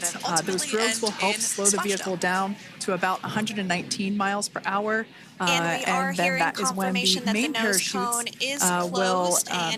will come out from the Dragon spacecraft and then ultimately end so in as we begin splashdown. The second half of entry, Dragon is now beginning to and inject we are hearing confirmation nitrox that the nose into the air cone being is delivered to the closed and spacesuits everything worn was by nominal Nick, or Suni, as Butch, and expected with Aleksandr. that closure. Again, this is what will So allow as we the crew begin to the remain second half comfortable of while entry, external Dragon is temperatures now reach beginning to inject 3,500 cooled degrees Fahrenheit nitrox as they into the re-enter air being Earth's delivered to atmosphere. the So the spacesuits heat shield worn is by pointing Nick, Suni, forward, Butch, and leading Aleksandr. Dragon to the Again, landing this site. is what will allow the crew Now, to remain speaking of the comfortable heat while shield, external Dragon's temperatures primary reach heat shield is 3,500 degrees comprised of Fahrenheit as they 3.0, re-enter the Earth's which stands atmosphere. for So phenolic the heat shield is impregnated pointing carbon forward, ablator. leading The first Dragon Gen to the Pica was landing site. initially developed by NASA Now, for speaking of studying the and heat shield, sampling Dragon's comets within our primary solar heat system. shield is comprised of SpaceX Pica partnered with 3.0, NASA to which stands develop for Pica phenolic X, impregnated which was carbon the second generation ablator. product The first Gen Pica was initially developed by NASA for studying and sampling comets within our solar Space system. Station on 20 missions. SpaceX partnered with NASA to develop Pica X, which was the second generation product used on all Dragon 1 cargo resupply service missions that resupplied the International Space Station on 20 missions. Pica 3.0 was developed specifically for use on Dragon 2 crew and cargo with enhanced structural and thermal capabilities that allowed the heat shield to be even more effective in the way that it utilized the ability to make that heat ablate as it goes through the Earth's atmosphere. The remainder of Dragon is composed primarily of a SpaceX proprietary ablative material. It's another class of thermal protection which is lighter weight versus Pica and protects the underlying remainder composite of structure Dragon during is re-entry composed to primarily ensure the of structural a capabilities SpaceX are maintained. proprietary ablative material. While Dragon It's will another experience class of thermal temperatures well protection over which is 3,000 lighter degrees weight during versus peak re-entry Pica conditions, and protects the the underlying characteristics of the composite thermal structure during protection re-entry system, to coupled with ensure the the environmental structural control and capabilities life are support maintained. system in the pressurized While Dragon will interior experience ensure that temperatures Nick, well Suni, over Butch, and 3,000 Aleksandr stay degrees cool during and peak comfortable re-entry during all conditions, phases the of re-entry characteristics through of the splashdown. thermal protection system Now, if you've coupled just with the recently environmental joined us, control we and hope life to support regain system views in the of, pressurized our crew interior members will ensure that inside Nick, Dragon Suni, Butch, Freedom, and Aleksandr stay cool but and we don't comfortable have those during available all at the phases moment of re-entry through due to ground splashdown. station coverage.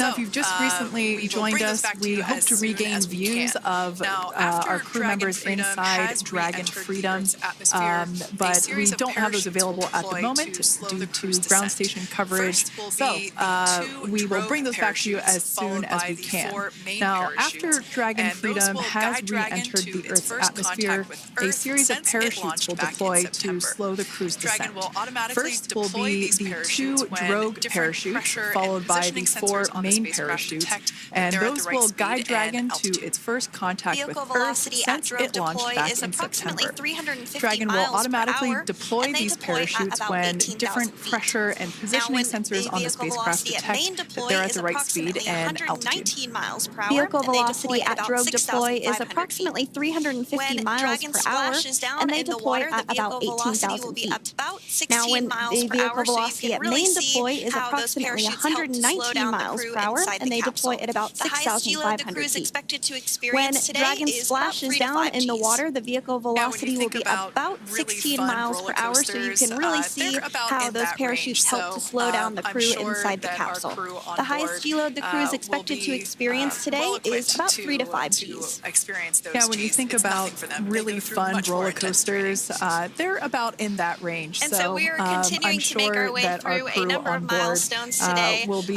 We did have trunk well separation. equipped to experience those Gs. It's nothing for them. They go through much more intense training. And so we are continuing to make our way through a number of milestones today.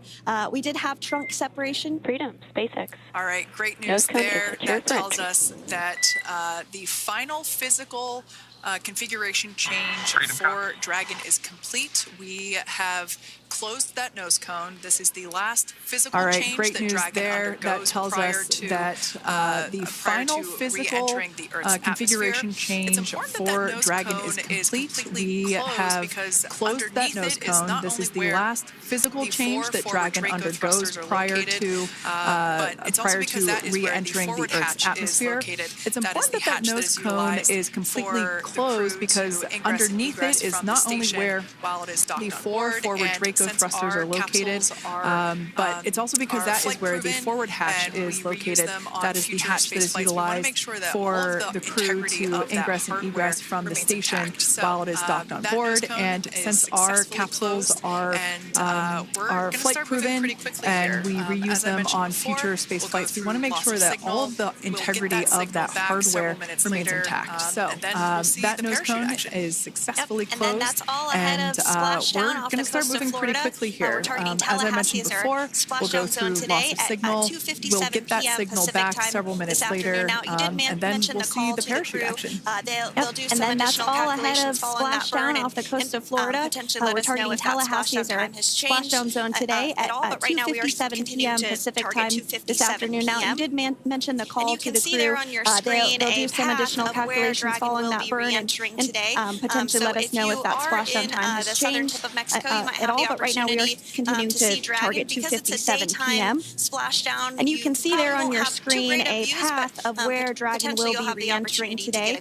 So if you are in the southern tip of Mexico, you might have the opportunity to see Dragon. Because it's a daytime splashdown, you probably won't have too great of views, but potentially you'll have the opportunity to get a glimpse of it there. In Hawthorne, California.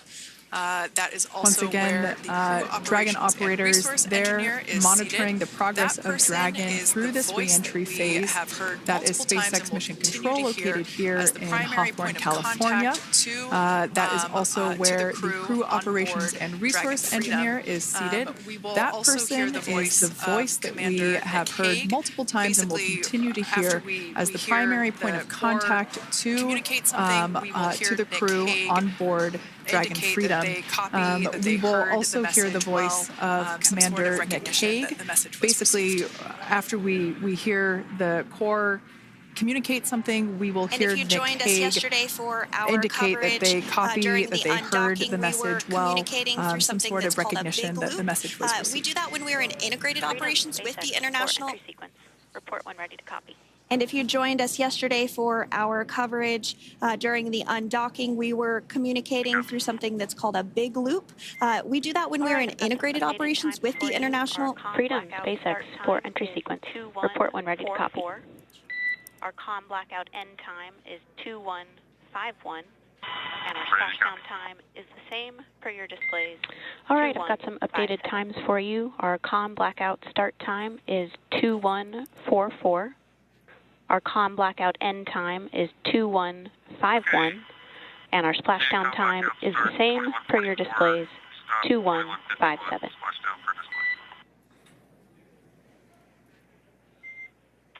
That's a good readback. And with that, please report when tablets are secured behind the elastic bands, restraints are tight, and visors are down. 2151, splashdown per display. That's a good readback. And with that, please report when tablets are secured behind the elastic bands, restraints are tight, and visors are down. And with that communication from the core or crew operations resource engineer here in Hawthorne to Commander Nick Hague of Crew Dragon Freedom, we did hear that the loss of signal period is still at 2:44 p.m. Pacific. And with that communication from the core or crew operations resource engineer here in Hawthorne to Commander Nick Hague of Crew Dragon Freedom, we did hear that the loss of signal period is still at 2:44 p.m. Pacific, but we had a 1-minute adjustment to the acquisition of signal. That's going to now be at 2:51 p.m. Pacific time. However, our splashdown time remains the same at 2:57 p.m. Pacific time this afternoon off the coast of Tallahassee, Florida. So all good news there as Dragon continues to make its way home with the Crew 9 crew. As we mentioned before, we are splashing down on the Gulf Coast. We have ability to splash down on either side of Florida, but the location site just outside of Tallahassee, Florida is the site that was selected today due to best recovery conditions. And as Sandra mentioned before, weather is always a watch item, but everything is looking great for that particular recovery location. So I'm sure once we start getting views from the recovery vessel, I have a feeling it's going to be a pretty beautiful afternoon. That NASA utilizes during splashdown. And we did mention that, of course, this is a daylight splashdown, so we should be getting some great views. We do have a couple of spacecraft called the WB-57, which are high-altitude planes that NASA utilizes during splashdown operations. Those are en route and going to be tracking the capsule as it makes its way through the atmosphere and should be providing some good views for us. Kate and I were just chatting about how we haven't had a daytime splashdown in a little while, so we're looking forward to the views along with you. Nighttime views are also great because we can see that capsule streaking through the night sky quite brightly.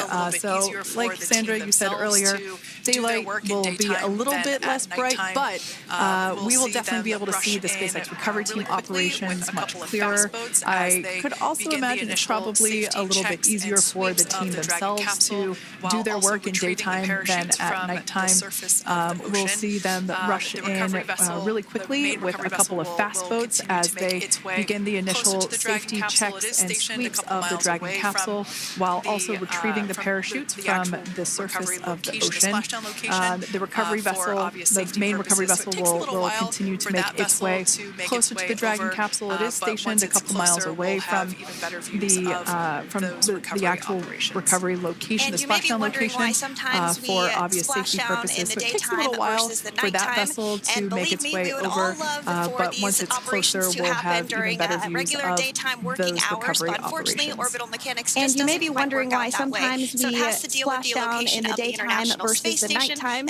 And believe me, we would all love for these operations to happen during regular daytime working hours, but unfortunately, orbital mechanics just doesn't quite work out that way. So it has to deal with the location of the International Space Station, as well as where the splashdown zone is on Earth and that trajectory, as well as the phasing. So as we mentioned earlier, sometimes we have phasing as short as 6 hours, sometimes in excess of 30+ hours. It just depends on where the targeted area is that the capsule is going to splash down. So today's phasing has been 17 hours since undocking occurred at 10:05 p.m. Pacific yesterday evening for us here in Hawthorne. Early wee hours for folks on the East Coast and other areas of the United States. They are really efficient but regardless of whether it's daytime or nighttime, the SpaceX recovery team has trained and practiced and rehearsed for it all. So regardless of daylight, they are really efficient with those operations. And but like you said, Sandra, it has been a minute since we have seen a daytime splashdown on a NASA SpaceX crew mission. The last daytime recovery was on Crew 4, which was the debut flight for the capsule flying today, the spacecraft known as Dragon Freedom.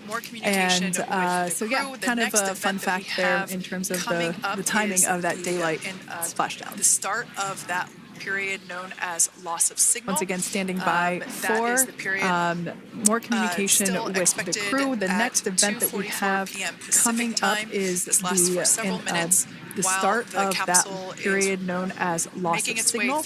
That is the period still expected at 2:44 p.m. Pacific time. This lasts for several minutes while the capsule is making its way through the Earth's atmosphere. The heat shield located at the bottom of the capsule, really doing all the work at that point in time in terms of using the atmosphere to slow the capsule down from its orbital speeds of 17,500 miles per hour. Our tablets are secure, restraints are tightened, visors down. We are configured for entry. Freedom, I copied. Tablets are secured, restraints are tight, all right, and great visors news there down. in terms of continuing to make progress. That back and forth communication we heard was just letting Core know that per their instructions, Crew 9 has now put away All right, great news there in that was terms of necessary in order continuing to to make progress. begin the That back and forth re-entry, communication we including heard tablets that were was located just on letting their Core legs. know Those are now that stowed per away. their instructions, They've tightened Crew that 9 safety has harness, now that we put see away there, and the visors are everything now that down. was necessary in order to with all that begin being said, the let's take a re-entry, minute including to meet those our tablets that returning were crew. located on their legs. U.S. Those are Space now Force stowed Colonel away. Nick Hague is your They've Crew 9 tightened commander. that safety He was harness selected by that NASA we as see an there, astronaut and the in visors are now 2013. down. So, This was his with all second that being spaceflight said, to the let's take a International minute Space to Station meet and our third returning launch crew. overall. He spent U.S. Space Force Colonel Nick Hague is your Crew 9 commander. He was selected by NASA as an astronaut in 2013. This was his second spaceflight to the International Space Station and third launch overall. He spent 171 days in space with Crew 9 and has a career total of 374 days in space. During his mission, he completed a spacewalk with astronaut Suni Williams. That was his fourth spacewalk, earning him a career total of 25 hours, 56 minutes of spacewalking time.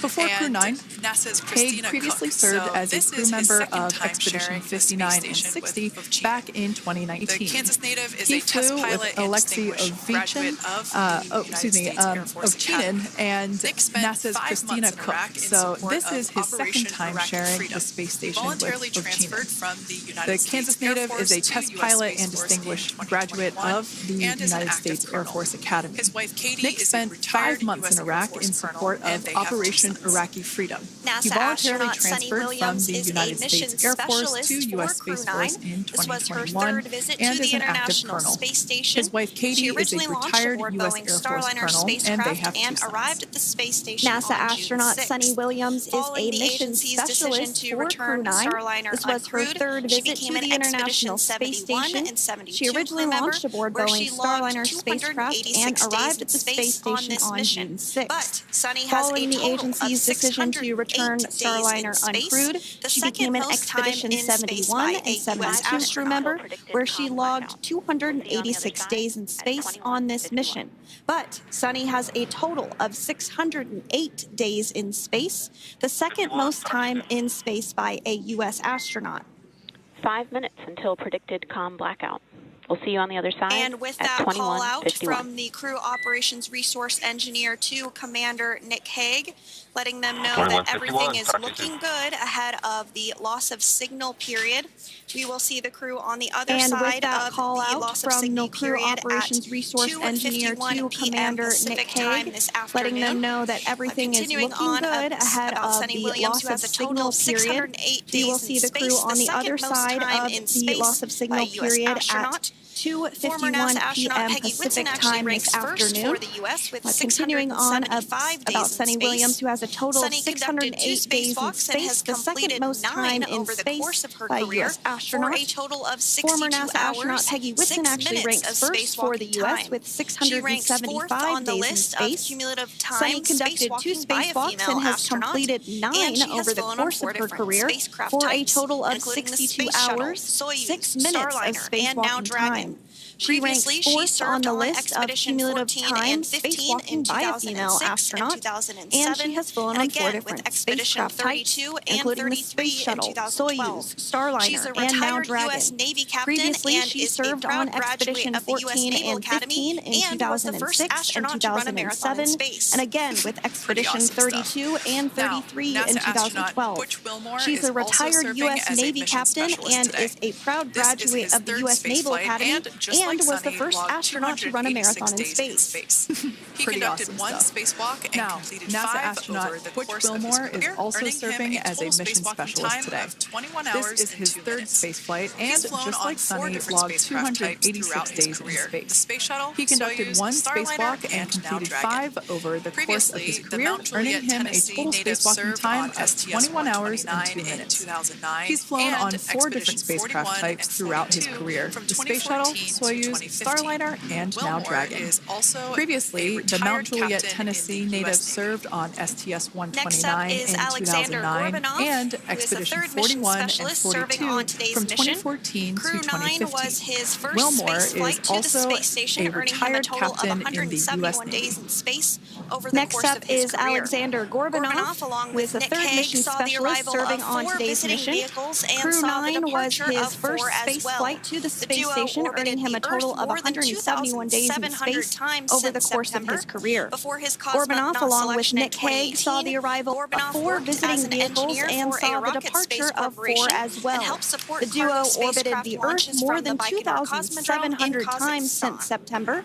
Before his cosmonaut selection in 2018, Gorbunov worked as an engineer for a rocket space corporation and helped support cargo spacecraft launches from the Baikonur Cosmodrome in Kazakhstan. To Earth following their mission aboard the International Space Station, where they completed science and research investigations. So if you are just joining us, we are continuing to bring you live coverage of Crew 9's return to Earth following their mission aboard the International Space Station, where they completed science and research investigations.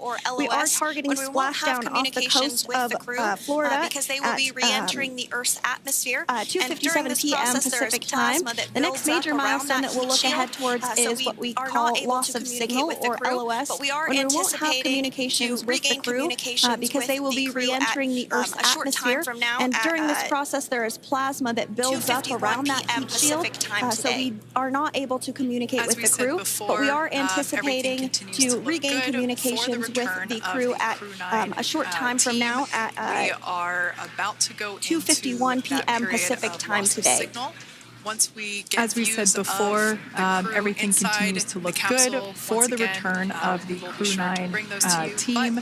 We are about to go into that period of loss of signal.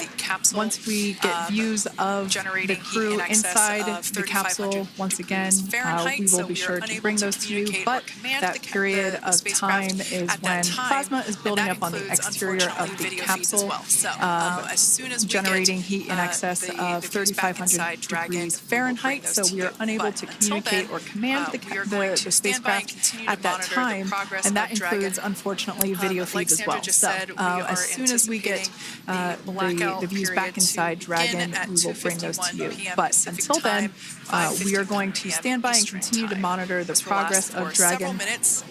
Like Sandra just said, we are anticipating the blackout period to begin at 2:51 p.m. Pacific time, 5:51 p.m. Eastern time. This will last for several minutes. It's not super exact, even though we are predicting acquisition of signal, or AOS, to come back at 5:51 p.m. Eastern time. In the past, we have regained communication sometimes a little bit earlier than that, so we'll probably start to hear Core begin to hail Crew Dragon a minute or two prior to that anticipated acquisition of signal. But right now, Nick, Sunny, Butch, and Alexander are seated in their seats inside Dragon Freedom. Their visors are down, and they have put away or stored the tablets they had located on their upper leg to monitor Dragon's progress. Now they will be utilizing the touchscreen displays where the current operation and future operations will be displayed as they are able to monitor Dragon's progress continually. As I said before, Dragon is autonomous, meaning it is flying itself. So the crew stands by and monitors, and those touchscreen displays are what will be allowing them to do so and prepare for events such as parachute deploy. And while on board the International Space Station, Nick, Sunny, Butch, and Alexander contributed to over 900 hours of science and research investigations, which is really the key purpose of the International Space Station. Now, the International Space Station is celebrating a major milestone milestone this year where they will be celebrating 25 years of continuous human presence in November. So if you're younger than 25 years, you've never known a day where there hasn't been a human living and working aboard the International Space Station, contributing to key science and research investigations that impact our lives here on Earth. There's research being done on Parkinson's, on osteoporosis, on cancer research, and a variety of other studies. Additionally, the microgravity laboratory provides a jumping-off point for us as we venture back to the moon and onto Mars through longer duration space flights. One such example that the crew worked on during this mission was an alternative exercise device. In microgravity, the crew has to exercise for about 2 hours a day because they're not having the effects of gravity on their body. So to prevent bone and muscle loss, we counteract that with 2 hours of exercise per day. On board the International Space Station, they have 3 ways in which they can exercise. They have a bike, they have a treadmill, and they have a similar to a weightlifting machine that counteracts the microgravity environment. But a particular experiment that this crew tested out was a combination of all 3 of those in one smaller device, and this is really critical as we continue on to the moon, Mars, and beyond, because space is really important in spacecraft. So if we have something smaller that the crew might be able to utilize, that can potentially help us venture out even further into the solar system. So science is really the name of the game when it comes to the International Space Station. Some of the other science highlights that took place during this increment that are particularly interesting to me was we had the first wooden satellite that was deployed. This is a study to see if other materials might be more resourceful or renewable in space. So I'm really excited to see the results of that one as well. Additionally, we had a couple of spacewalks that took place to not only provide maintenance to the International Space Station, but also where we swabbed the outside of the space station near vents to see if any microbes that we all have microbes on us, to see if any of those could survive in the harsh environment of space, which again is very important for us to know and understand as we continue to the moon, Mars, and beyond. 7 minutes due very to exciting plasma stuff. formation around Now, the spacecraft itself. At this During point, this time, we no have now vehicle entered telemetry is the received by communications mission blackout control period or the for recovery the team, Dragon spacecraft. and no This external lasts commanding of the approximately vehicle 7 or voice minutes due to communication plasma is possible. formation around the But as a spacecraft reminder, itself. Dragon During this is time, designed no to fly vehicle itself. telemetry is During received by re-entry, mission the vehicle control will be or the slowing recovery down from team, orbital and velocity, no which is external commanding of the approximately vehicle or voice 17,500 communication miles per is hour. possible. The top But temperature as a reminder, that Dragon will Dragon is experience designed upon to fly re-entry itself. is During 3,500 re-entry, the degrees vehicle Fahrenheit. will be slowing This down blackout from period, orbital as I said velocity, before, which is we expect it to approximately last about 7 minutes today, 17,500 miles per hour. concluding at The top 5:51 temperature that p.m. Dragon will Eastern Time experience or upon 2:51 re-entry p.m. is Pacific 3,500 degrees time. Fahrenheit. We This right blackout there have our period, as first I said view of before, we Dragon expect it to Freedom last about coming 7 home to minutes Earth. today, concluding at 5:51 And p.m. that view Eastern is from the Time or WB-57, 2:51 which is one of p.m. NASA's Pacific time. high-altitude planes that is We tracking. right there have our Now, first because of the view way of that Dragon this Freedom camera is coming home configured, to it Earth. does look like it is dark, but it is indeed daytime. And that you're view beginning is to see from the that plasma trail WB-57, as, which is one of Dragon NASA's re-enters the Earth's high-altitude atmosphere. planes All that of is that is tracking. expected. Now, We because of the way that this anticipating an camera is acquisition of signal configured, around it does look like it is 2:51 p.m. dark, Pacific but it is time, so indeed just daytime, minutes and from you're now, beginning to and see you that may hear plasma the trail core as begin to hail Dragon out, re-enters the or Earth's call atmosphere. Dragon, All of that is for expected. communications We are and see if we can anticipating potentially an get acquisition communications of with them signal a little around bit earlier. 2:51 p.m. Following this, Pacific we'll have time, two so events just in rapid minutes from now, succession. We'll and you have may the hear drogue the core parachutes begin to deploy hail at out 2:53 or p.m. call Pacific, Dragon followed for by the mains communications just 1 and minute see if later we can at potentially get 2:54 communications p.m. with them a Pacific little bit time, earlier. ahead of a splashdown Following at this, we'll have two 2:57 events in p.m. rapid Pacific succession. time We'll have off the the coast drogue of Tallahassee, parachutes Florida. deploy at 2:53 p.m. Pacific, followed by the mains just 1 minute later at 2:54 p.m. Pacific time, ahead of a splashdown at 2:57 p.m. Pacific time off the coast of Pretty Tallahassee, incredible Florida. views of the Dragon spacecraft making its way home back to planet Earth with the Crew 9 astronauts on board.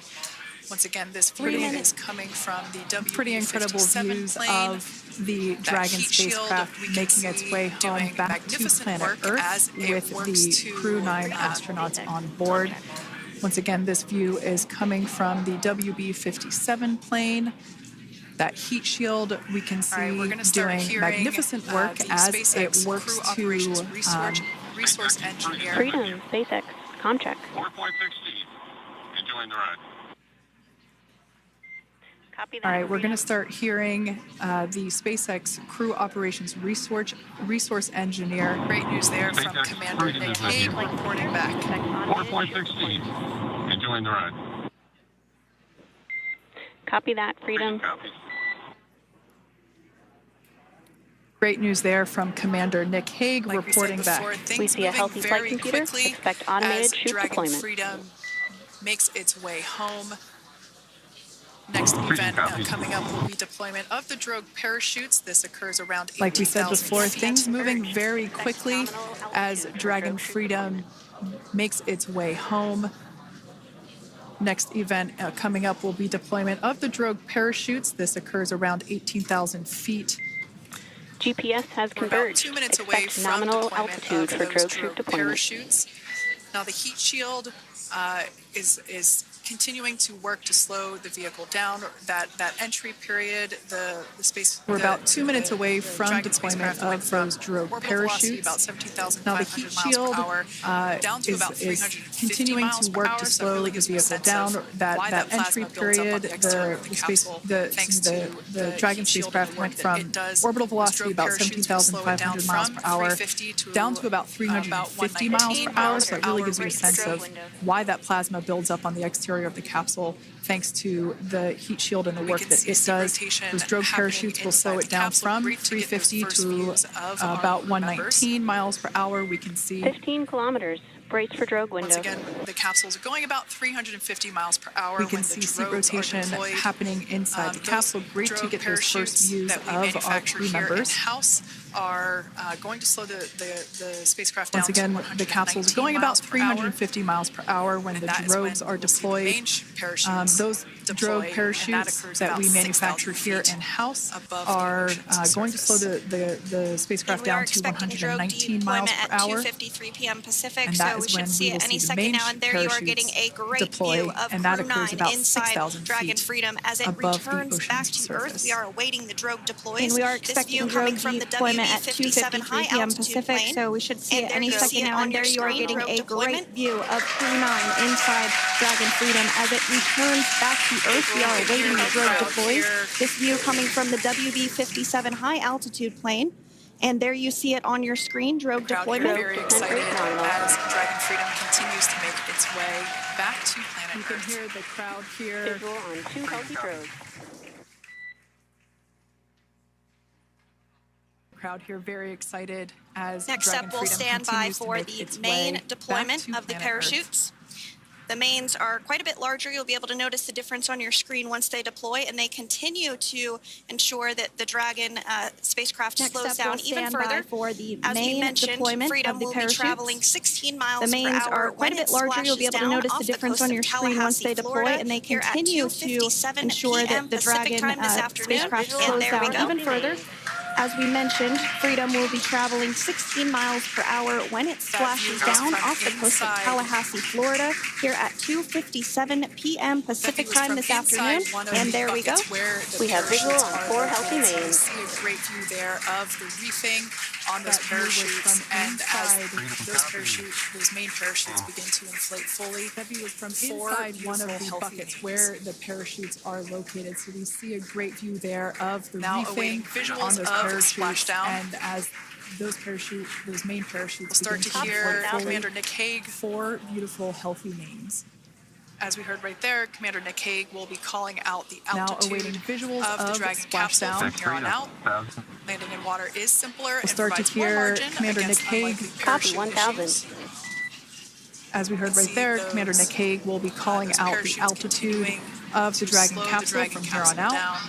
Landing in water is simpler and provides you're more just margin joining us, against unlikely 800 parachute You're issues. looking at a live see view those, of Crew 9, those just parachutes minutes away from continuing splashing down to off slow the the Dragon coast capsule of down. Tallahassee, Florida. Splash down 2 minutes And if from you're now just at joining us, 2:57 p.m. Pacific. We you're do looking have at 4 800 healthy meters. mains A really live doing the view job of there. Crew 9, just breathtaking just minutes away views from of a splashing calm, down off the glass-like coast of ocean off Tallahassee, the coast of Florida. Splash down 2 Crew minutes 9 from just now at minutes away from 2:57 splashing p.m. down. Pacific. This We is do really have such an 4 incredible healthy mains shot. really doing the job Copy, there. 600. Just That breathtaking was views of a calm, glass-like ocean off the coast of Tallahassee, Florida.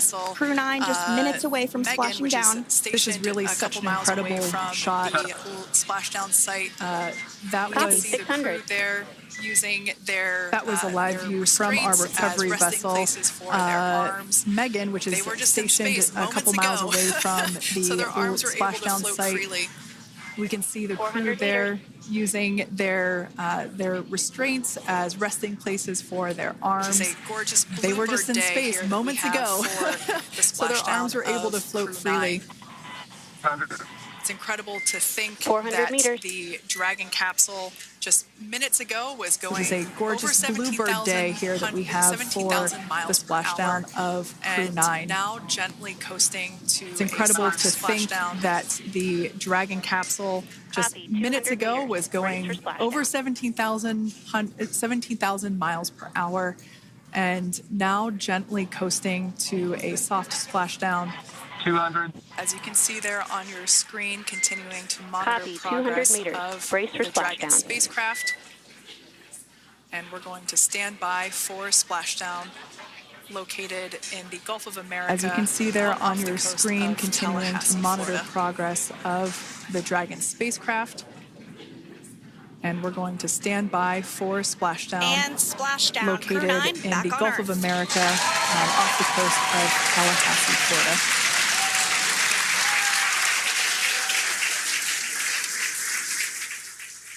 And splashdown. Crew 9 back on Earth. Copy, splashdown. VC main chutes cut. Nick, Alex, Butch, Sunny, on behalf of SpaceX, welcome home. And SpaceX Freedom, splashdown. Good main release.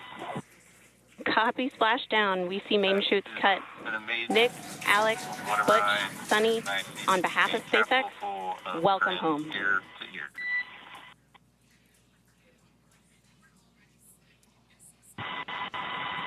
It is an amazing, what a ride. I see a capsule full of grins ear to ear. And as you can see on your screen, we have visual confirmation of splashdown. Dragon Freedom has returned home, and System NASA safety verifications are astronauts. in progress. We'll report back when recovery personnel are en route. And as you can see on your screen, we have visual confirmation of splashdown.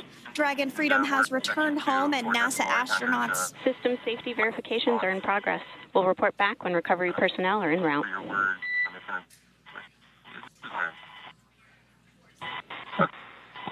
Understand.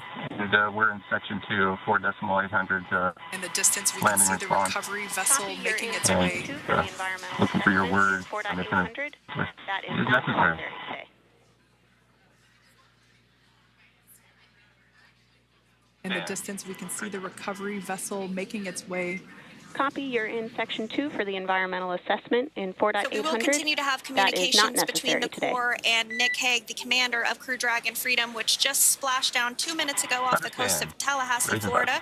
Dragon Freedom has returned home with NASA astronauts Nick Hague, So we will Suni continue to Williams, have Butch communications Wilmore, and between the Corps Roscosmos and Nick cosmonaut Hague, the Aleksandr commander of Crew Gorbunov. Dragon They're Freedom, back which on just Earth after splashed down 2 minutes ago off the 17 coast hours of of a return Tallahassee, journey Florida. from space. Dragon Freedom has returned SpaceX home with recovery NASA ship and astronauts Nick team Hague, have Suni been Williams, waiting for Butch Dragon Wilmore, and splashdown, and Roscosmos they will now make cosmonaut their way Aleksandr to the Gorbunov. splashdown They're back on location. Earth after The teams have approximately been ready 17 and hours waiting of a about 3 return journey nautical from miles away, space. so it's going The to take them SpaceX about 30 recovery minutes ship or so and to make team their way have been to waiting for Dragon's splashdown, and they will now make their way to the splashdown location. The teams have been ready and waiting about 3 nautical miles away, so it's going to take them about 30 minutes or so to make their way for the to recovery team to make their way over to Nick, Sunny, Butch, and Alexander, who Copy, are Stable still One. We do seated the and same. secured inside that Dragon spacecraft there on your screen. It's going to take Incredible about 30 views minutes there for of the that recovery thermal team to protection make their way system, or over to TPS. Nick, Sunny, Butch, and that Alexander, Dragon who capsule are was still pristine, seated and secured white color, inside before that it Dragon departed the spacecraft station. there We on can your see how the screen. re-entry Incredible phase, views there of that thermal the thermal protection system, did or its job. TPS. Now, if you're wondering what that Dragon capsule was pristine white color before it departed the station, and we can see how the re-entry phase, the thermal protection system did its job. Now, if you're wondering what that hole, that like bucket area is, that is underneath the side hatch. That is where the main parachutes were stored. So when we saw the Dragon capsule docked at station, it looked very different. The panel that protects and covers the main parachutes, that was still intact, as well as the panels that enclose where the drogue parachutes are located.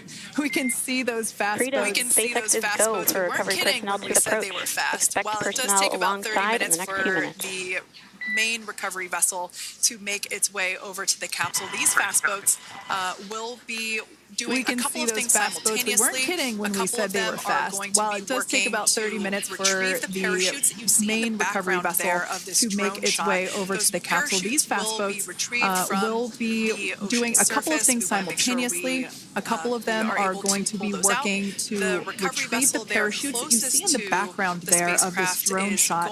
Those parachutes will be retrieved from the ocean surface. We want to make sure we are able to pull those out. The recovery vessel there closest to the spacecraft is going to be performing some safety checks.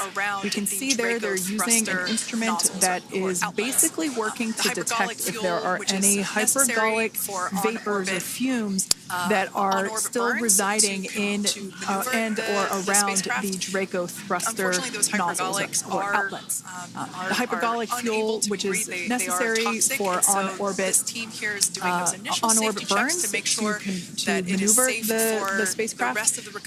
Unfortunately, those hypergolics are unable to be breathed. They are toxic, and so this team here is doing those initial safety checks to make sure that it is safe for the rest of the recovery team to approach the spacecraft. The team working their way around the spacecraft to. They're also checking to make sure that any residuals from the pyros are safe and are not going to cause any issues. We can see the team working their way around the spacecraft with NASA astronauts Nick Hague, Suni Williams, Butch Wilmore, and Roscosmos cosmonaut Aleksandr Gorbunov inside. Dragon has continuously, and as we continue to await the recovery of our Dragon spacecraft with NASA astronauts Nick Hague, Suni Williams, Butch Wilmore, and Roscosmos cosmonaut Aleksandr Gorbunov inside, Dragon has continuously, autonomously completed several steps to safe itself following splashdown. We are continuing to see Dragon in what is known as stable one configuration. That's kind of the ideal configuration following splashdown. Upright, and the Dragon capsules in the right configuration for it to be hoisted into the recovery vessel Megan, which you do see a little ways off in your screen approaching.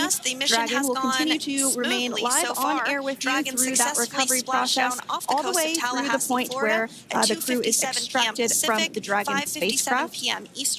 Now, if you are just joining us, the mission has gone smoothly so far. Dragon successfully splashed down off the coast of Tallahassee, Florida at 2:57 p.m. Pacific, 5:57 p.m. Eastern Time this afternoon. Approximately 17 hours prior to splashdown, Dragon autonomously undocked from the International Space Station, completed a series of departure burns, jettisoned its trunk section, and performed its final burn, the deorbit burn. This placed the Dragon spacecraft on a trajectory toward Tallahassee, Florida. Dragon successfully re-entered the Earth's atmosphere, followed by deployment of its parachutes to slow the spacecraft down to a gentle splashdown. We're now going to follow the Freedom. Hypergol sweeps and unfired ordnance checks are nominal. Rigging is in progress. Approximately 25 minutes until capsule lift. Stand by for PMT with SpaceX flight surgeon. They didn't find any of that upon those checks, so we'll continue to move through the timeline. Next up is a process called rigging, which you see happening right now on your screen. This is when a SpaceX recovery personnel actually works to climb aboard the capsule and work through procedures ahead of lifting onto the nest rigging, which you see happening right now on your screen. This is when a SpaceX recovery recovery personnel actually works to climb aboard the capsule and work through procedures ahead of lifting onto the nest of the recovery vessel Megan. We heard it's going to be about 25 minutes or so until that lift actually takes place.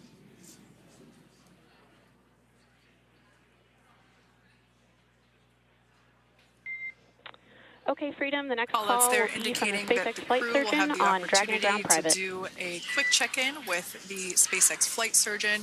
This is standard procedure for every Dragon spacecraft when it returns they're to indicating that the crew will have the opportunity to do a quick check-in with the SpaceX flight surgeon. This is standard procedure for every Dragon spacecraft when it returns to Earth. It's just an initial check-in, make sure everybody is doing okay. They will also have another check-in with the flight surgeon once they are on board that recovery vessel that you see there in the background. We can now see that SpaceX recovery team member, they're on top of the Dragon spacecraft. They are going to be working to install plugs in the Draco thrusters to ensure that none of those, and to ensure that no more hypergolic fumes or vapors come out from the spacecraft. They'll also place harnessing around the spacecraft that are required in order to lift it out of the water. Beautiful day there out off the coast of Tallahassee, Florida. Continuing to get some views of the recovery personnel, both the main recovery vessel Megan as well as some of those fast boats that we've discussed previously. It looks like just a beautiful day there out off the coast of Tallahassee, Florida.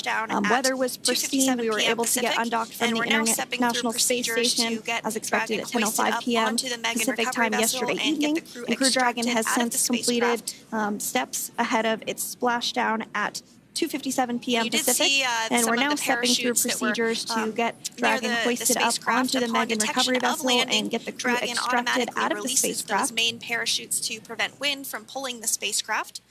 Dragon then you did see some of the parachutes that were near the spacecraft. Upon detection of landing, Dragon automatically releases those main parachutes to prevent wind from pulling the spacecraft. At this point, Dragon then automatically safes any pyrotechnics that may still be present on the vehicle and may automatically perform additional minor system reconfigurations. The astronauts will remain seated and in their suits at this point, but the onboard air conditioning keeps things temperature controlled inside the spacecraft so the crew remains comfortable, and the communication systems. Freedom, SpaceX, ComCheck. SpaceX, this is Freedom. We have loud and clear. Copy that, Freedom. Have you loud and clear as well, and Dragon Ground is no longer private. Boats in the recovery fleet that have quickly moved into the splashdown location. They are being followed by one of the main recovery vessels, which will move into position we have a couple of fast boats in the recovery fleet that have quickly moved into the splashdown location. They are being followed by one of the main recovery vessels, which will move into position upwind of the spacecraft. The two fast boats have very specific roles. The first approach is focused on immediate safety inspection, as we saw. They do this for spacecraft integrity and checking for any presence of those hypergolic propellant vapors, and this ensures that it is safe for the recovery vessel to approach Dragon.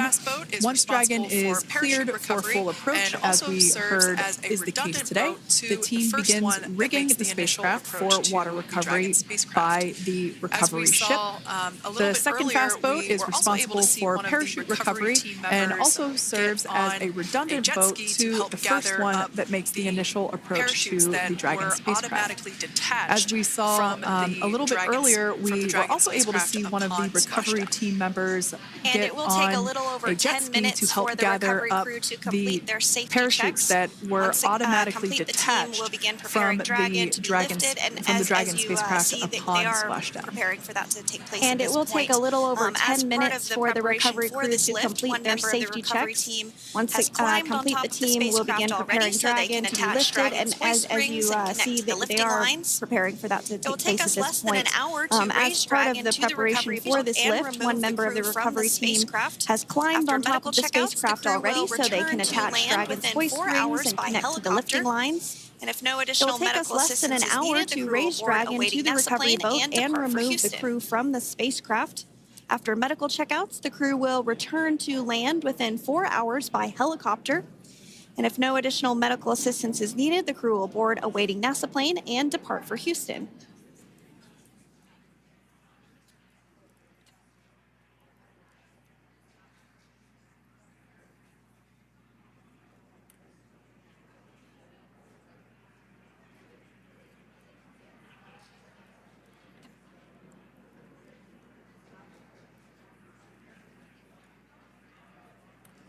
And as we continue to await Dragon to be hoisted up onto the ship, we have a very special treat. NASA Public Affairs Officer Jaden Jennings, who is actually on the recovery vessel and had a bird's eye view Dragon of to be the hoisted up splashdown onto today. Jaden, the how are ship. you? How was the view from the recovery vessel? Treat. NASA Public Affairs Officer Jaden Jennings, who is actually on the recovery vessel and had a bird's eye view of the splashdown today. Jaden, how are you? How was the view from the recovery vessel?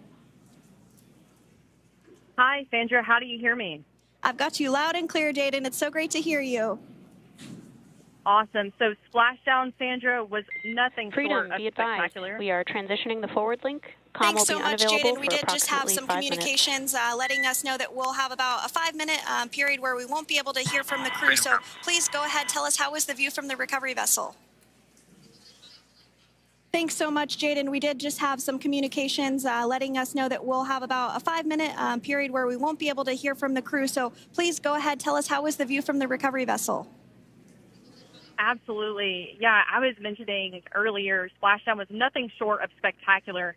And we were stationed about 1.5 nautical miles away from the splashdown zone and had great visuals here on the recovery vessel Megan. We actually saw a little of the smoke trail as the spacecraft was coming in.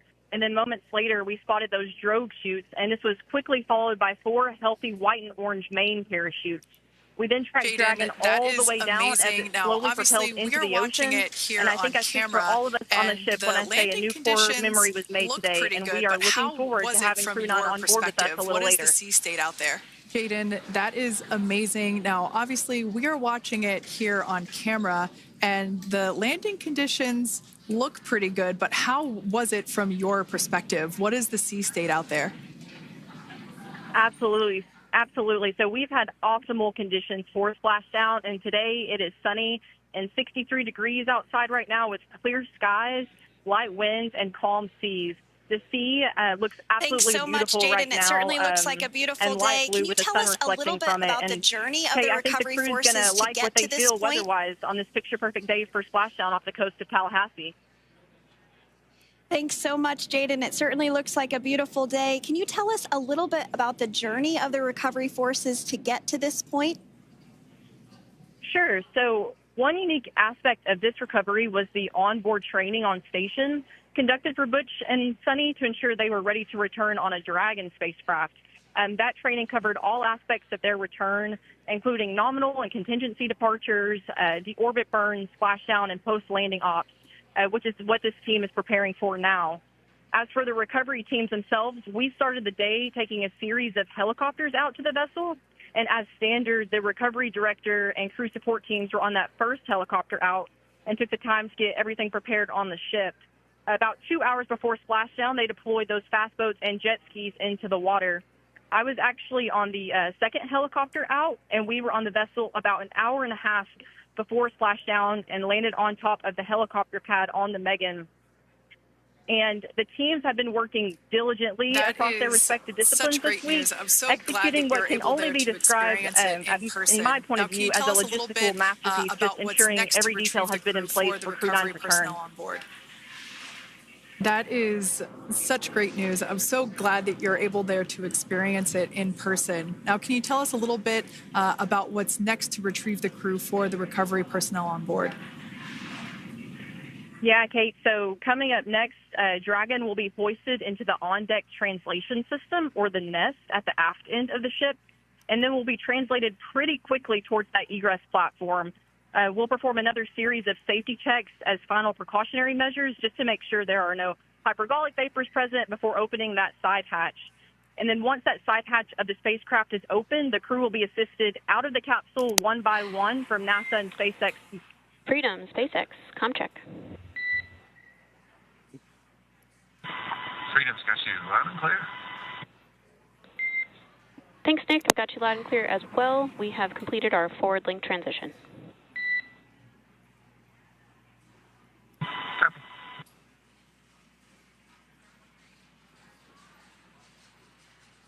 And Jaden, if you did just want to go ahead and let us know what is next to retrieve the crew, we are continuing to get some great views on our screen, but I know you have an even better view yourself. And Jaden, if you did just want to go ahead and let us know what is next to retrieve the crew, we are continuing to get some great views on our screen, but I know you have an even better view yourself. Oh, yeah, Sandra, this view is absolutely unbeatable. So just to kind of finish off what I was saying is once that side hatch of the spacecraft is open, that crew will be assisted out of the capsule one by one from NASA and SpaceX medical personnel, where they will then head to the med bay. And after those medical checks, they will get on that first helicopter out and arrive at the airport, where they will then board a NASA plane and then head back to Houston, Texas at the Johnson Space Center to begin their post-flight period. And we're eager to see the Crew 9 astronauts back on Earth, and we'll keep you updated on every moment of this process. Megan, thanks so much, Jaden. With that, I'll toss it back over to you guys at Hawthorne. So we are continuing to get these great views on our screen here of Freedom, as we mentioned, it splashed down at 2:57 p.m. Pacific time off the coast of Tallahassee, Florida. The recovery personnel are continuing to step through procedures. So we are continuing to get these great views on our screen here of Freedom, as we mentioned, it splashed down at 2:57 p.m. Pacific time off the coast of Tallahassee, Florida. The recovery personnel are continuing to step through procedures to hoist Dragon onto the recovery vessel Megan there, which is now coming into view. You can see just how close Megan is at this point, and that's that helicopter pad that Jaden was just discussing, where the crew will fly off of onto the coast of Florida, and then eventually they'll fly back to Houston. Just underneath that helicopter pad is that translation deck where we will see the nest once it is loaded up with the Dragon spacecraft on board.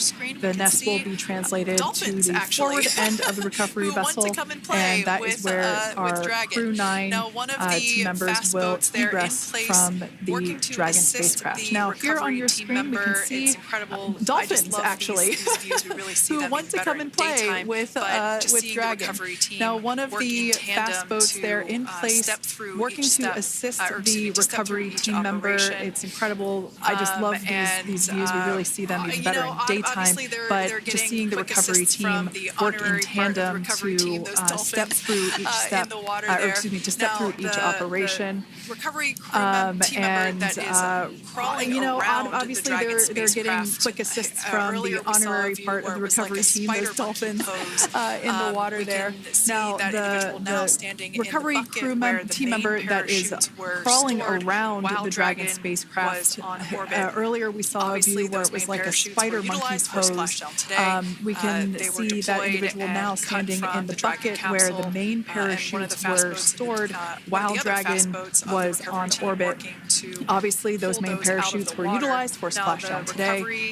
They were deployed and cut from the Dragon capsule, and one of the fast boats, one of the other fast boats of the recovery team working to pull those out of the water.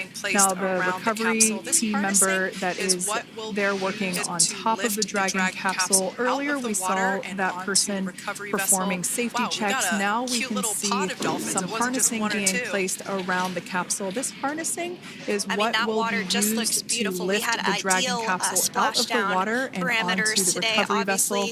Wow, we got a cute little pod of dolphins. It wasn't just one or two. As Jaden mentioned, in the 60s, sunny. I mean, that water just looks beautiful. We had ideal splashdown parameters today. Obviously, wave height, ne'er a concern. The weather is beautiful, as Jaden mentioned, in the 60s, sunny. Looking forward to seeing Crew 9 exit the capsule here shortly once they get hoisted onto the recovery vessel Megan. and the recovery we can see that recovery vessel slowly but surely closing the distance there between Dolphin Cam back again. Recovery operations we can see that the Dragon capsule and the recovery vessel, that distance is closing. Again, this is just one more step as we continue to work recovery operations for Dragon Freedom, and we anticipate the lift of the Dragon capsule to occur here in just a few minutes. Now, once all of the rigging is on the capsule and it's hooked up to the recovery vessel, we will see the hydraulic arm, which is that kind of like bridge-like structure there at the aft end of the recovery vessel. We'll see that articulate backwards, and that's a good sign that we're getting even closer to pulling the capsule out of the water. It will then move forward, and the capsule will be placed inside of what you can see there is basically a basket. We call it the nest, Dragon nest, where that's where the capsule will be placed in order for it to be translated to the forward end of the vessel and for the astronauts to egress. And before that does take place, we'll have potentially views of the rigger go ahead and jump off of the spacecraft there. View of that particular operation from one of the onboard cameras from the recovery vessel. Is a little bit closer to the recovery vessel, and we usually get a really good view of that particular operation from one of the onboard cameras from the recovery vessel. That is an operation that I have a lot of respect and admiration for that individual that does that. You see some of those ropes now coming into view as well. So again, Dragon continuing to get closer and closer to the recovery vessel, Megan. Tallahassee, Florida at 2:57 You see some of those ropes now coming into view as well. Astronauts Nick Hague, Butch Wilmore, Suni Williams, and Roscosmos you are just joining us. Aleksandr Gorbunov. Crew 9 splashed down off the coast of Tallahassee, Florida at 2:57 p.m. Pacific time with NASA astronauts Nick Hague, Butch Wilmore, Suni Williams, and Roscosmos cosmonaut Aleksandr Gorbunov. They're now working through procedures to hoist the spacecraft up onto the recovery vessel Megan. We just saw that hydraulic arm get lowered into the lifting position. That arm will be the mechanism that is utilized to lift Dragon up and out of the water and into the nest located there at the aft end of the recovery vessel.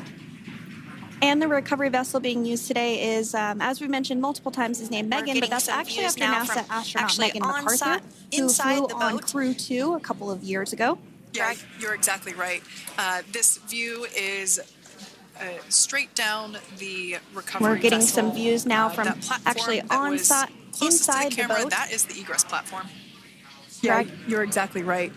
This view is straight down the recovery vessel. That platform that was closest to the camera, that is the egress platform. Freedom, rigging is almost complete. Approximately 5 minutes until capsule lift. That hydraulic arm, as I said before, is the great news there from SpaceX Core. It's quite swift. So about 5 minutes left until we see Dragon Freedom get lifted out of the water. That hydraulic arm, as I said before, is the mechanism that will lift it. It's quite swift, actually, the whole process of getting the spacecraft onto our recovery vessel Megan. Bracing. There it goes, Dragon Freedom being lifted out of the water and onto our recovery vessel Megan.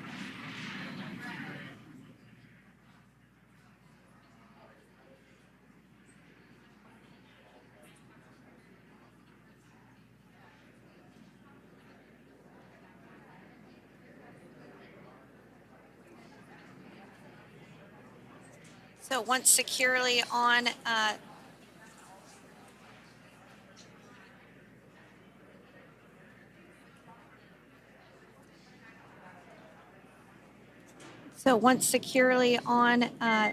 welcome aboard the recovery vessel. Great news there, letting recovery us personnel know are that completing Dragon final Freedom checks has and been stand by for successfully translation recovered to the egress from the platform. water's surface. If you've just joined us, we had an on-time splashdown at 5:57 p.m. Great news Eastern there, time, letting us know that Dragon Freedom has been successfully recovered from the water's surface. If you've just joined us, we had an on-time splashdown at 5:57 p.m. Eastern time, and we can now see that the water recovery operations are continuing to progress. The nest where the Dragon spacecraft is located is going to get moved forward. This will happen after one of the recovery crew members does some checks, and we'll also see some hosing. Obviously, the spacecraft splashed down in salt water. Salt water is corrosive, and we want to try and rinse out as much of the salt water as possible to reduce that corrosion on the metallic structures. And it's so been we can 30 see some minutes guidance there since being Dragon provided, splashed down, really steering as you can the see there, the spacecraft is properly already on into board the the Dragon's recovery nest. vessel Megan. Things continuing to move very smoothly today throughout And the it's been entire 30 minutes operations from since the deorbit Dragon burn, splashed down, up and until this as you can point see as there, well. the spacecraft is already on board the recovery vessel Megan. Things continuing to move very smoothly today throughout the entire operations from the deorbit burn up until this point as well. And Freedom, And it with looks that, like the team the is just going positioning to wasn't quite right, adjust so the they are Dragon working on spacecraft a bit so repositioning that it's in the right position ahead of translating up a little bit closer ahead of the side hatch. So the team is now going to step through the procedures to And with that, the ensure team that is that just takes going place. to adjust the Dragon spacecraft While a bit so that it's in the right position ahead of translating up a little bit closer ahead of the side hatch. So the team is now going to step through the procedures to ensure that that takes the place. Dragon capsule is properly seated While there Dragon in that does nest. fly itself autonomously, it clearly is unable to park itself autonomously. We want to make sure that the Dragon capsule is properly seated there in that nest.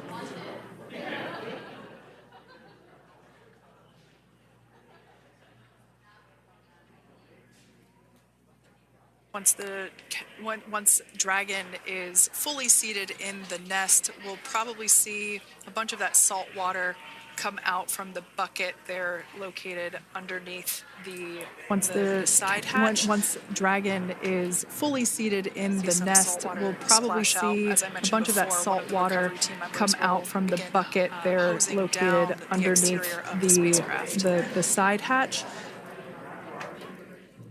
See some salt water splash out. As I mentioned before, one of the recovery team members will begin hosing down the exterior NASA of the spacecraft. Nick Hague, Suni Williams, Butch Wilmore, and Roscosmos cosmonaut Aleksandr Gorbunov, who splashed down So you off are the continuing coast to of get some Tallahassee, great Florida, live views on your 2:57 screen p.m. of Pacific Crew 9, time which includes this afternoon. NASA astronauts Now Nick working Hague, to Suni get Williams, that Butch Wilmore, and spacecraft Roscosmos situated cosmonaut in the Aleksandr nest. Gorbunov, who splashed down off the coast of Tallahassee, Making some Florida, final adjustments and 2:57 tweaks to p.m. ensure Pacific that it's time nice and this secure. afternoon. Now working to get that spacecraft situated in the nest.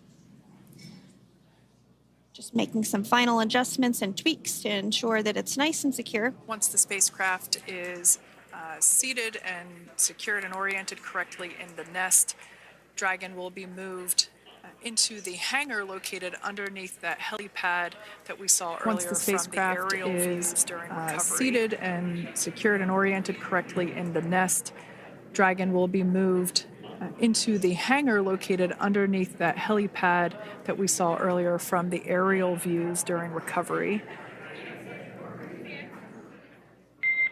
All right, Freedom, looks like you are Call settled out there into the telling nest us now. that Team the is working recovery through hypergol team sweeps. is doing the second round of those hypergolic sweeps. This helps ensure that all the recovery team members that are Call out located there telling us basically that right where the this recovery camera is team located on, is doing towards the forward second end round the of recovery those vessel, that hypergolic they will all sweeps. be safe, This helps once ensure the that spacecraft is all the translated recovery team forward. members that So we're are just doing some located additional steps to make basically right sure where that this camera is located on, hypergolic towards towards the forward end of the recovery vessel, that they will all be safe once the spacecraft is translated forward.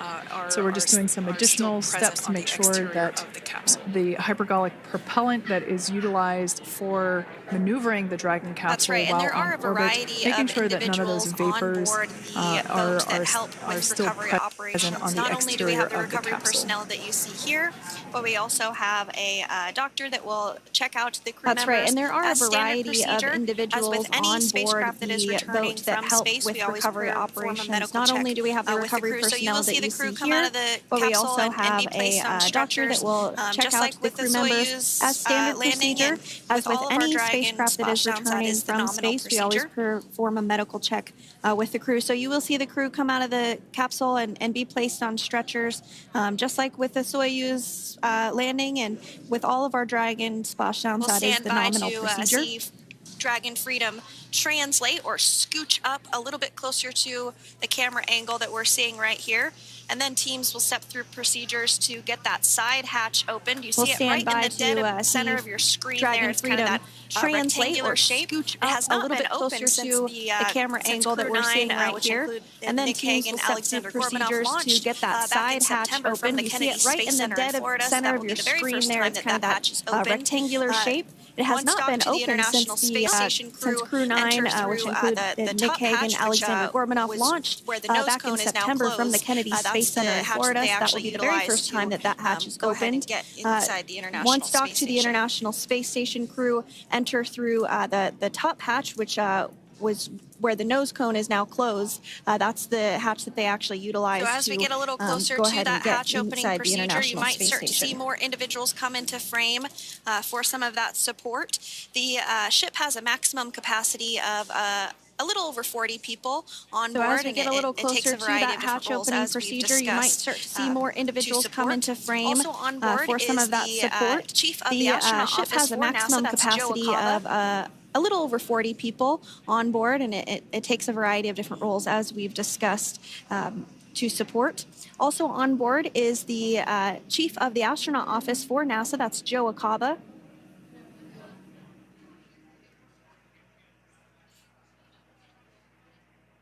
Now, while we are standing by for translation of the Dragon spacecraft to the platform there, the recovery platform that we see in the foreground, it is important now, while we to are note that standing Nick, by Sunny, for Butch, translation and Aleksandr of the will be getting assistance Dragon from the recovery spacecraft teams to the while exiting the platform spacecraft. there, the recovery This platform is that we the see same in the process for any foreground. returning It is long-duration important to members, note that Nick, as you could Sunny, imagine, Butch, returning and to a gravity Aleksandr will be environment getting assistance can from the wreak havoc recovery on teams while exiting the system, spacecraft. This is the same process for any returning long-duration crew members. As you could imagine, returning to a gravity environment can wreak havoc on our vestibular system, which is responsible for maintaining balance and motion. Of course, safety is our #1 priority with this operation, so we'll see the crew members helped out of the spacecraft one by one, and they will be assisted Butch the Wilmore and few Sunny feet Williams. to the medical quarters Aleksandr aboard Gorbunov is completing the his boat. very first space flight on this And mission. on board Dragon are 3 veteran days in space flyers. That includes Nick Hague, the commander, as well as Butch Wilmore and Suni Williams.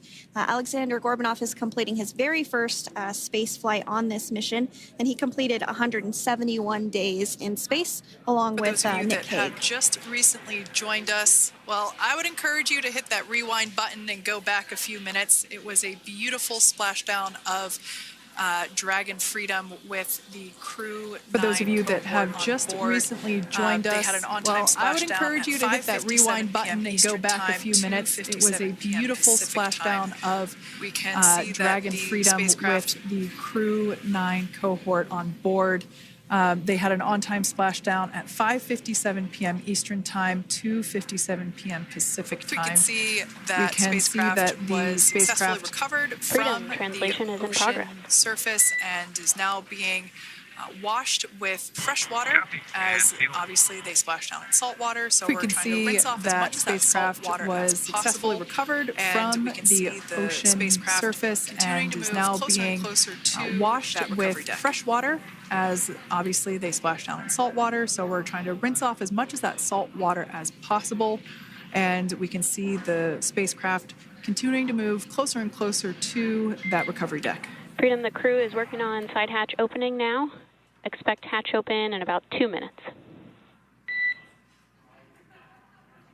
Okay, copy that.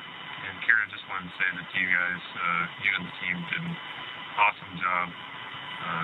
This is a pretty exciting moment coming up. We are working to open the side hatch. One thing that may not be obvious from, just looking at the spacecraft here is that this is a pretty exciting moment coming up. We are working to open the side hatch.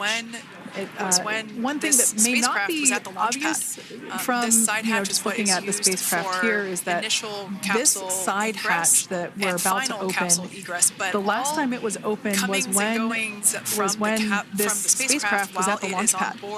This side hatch is what is used for initial capsule ingress and final capsule egress, but all comings and goings from the spacecraft while it is on board the space station are from the forward hatch, which is located at the top of the spacecraft under that nose cone. So this is a pretty exciting moment because it will be the crew's first breath of fresh air since boarding their ships at the start of their journeys last year.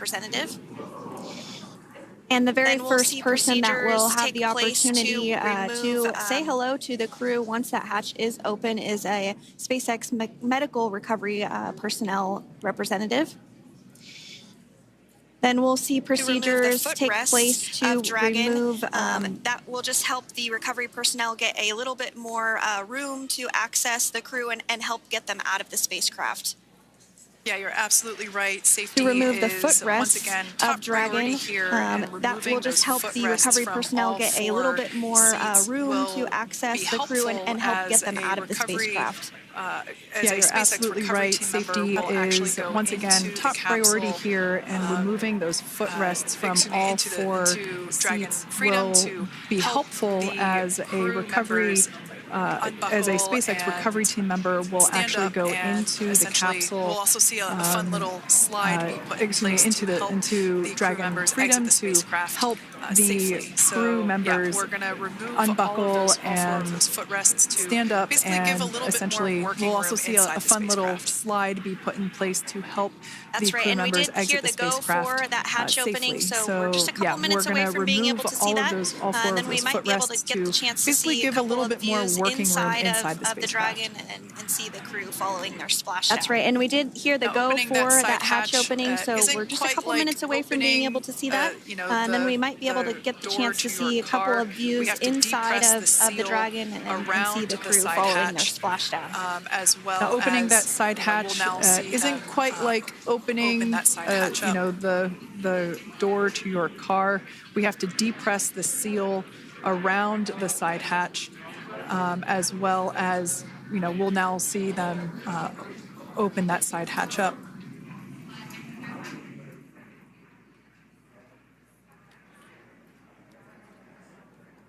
And there you have it. The side hatch is open for the first time since September.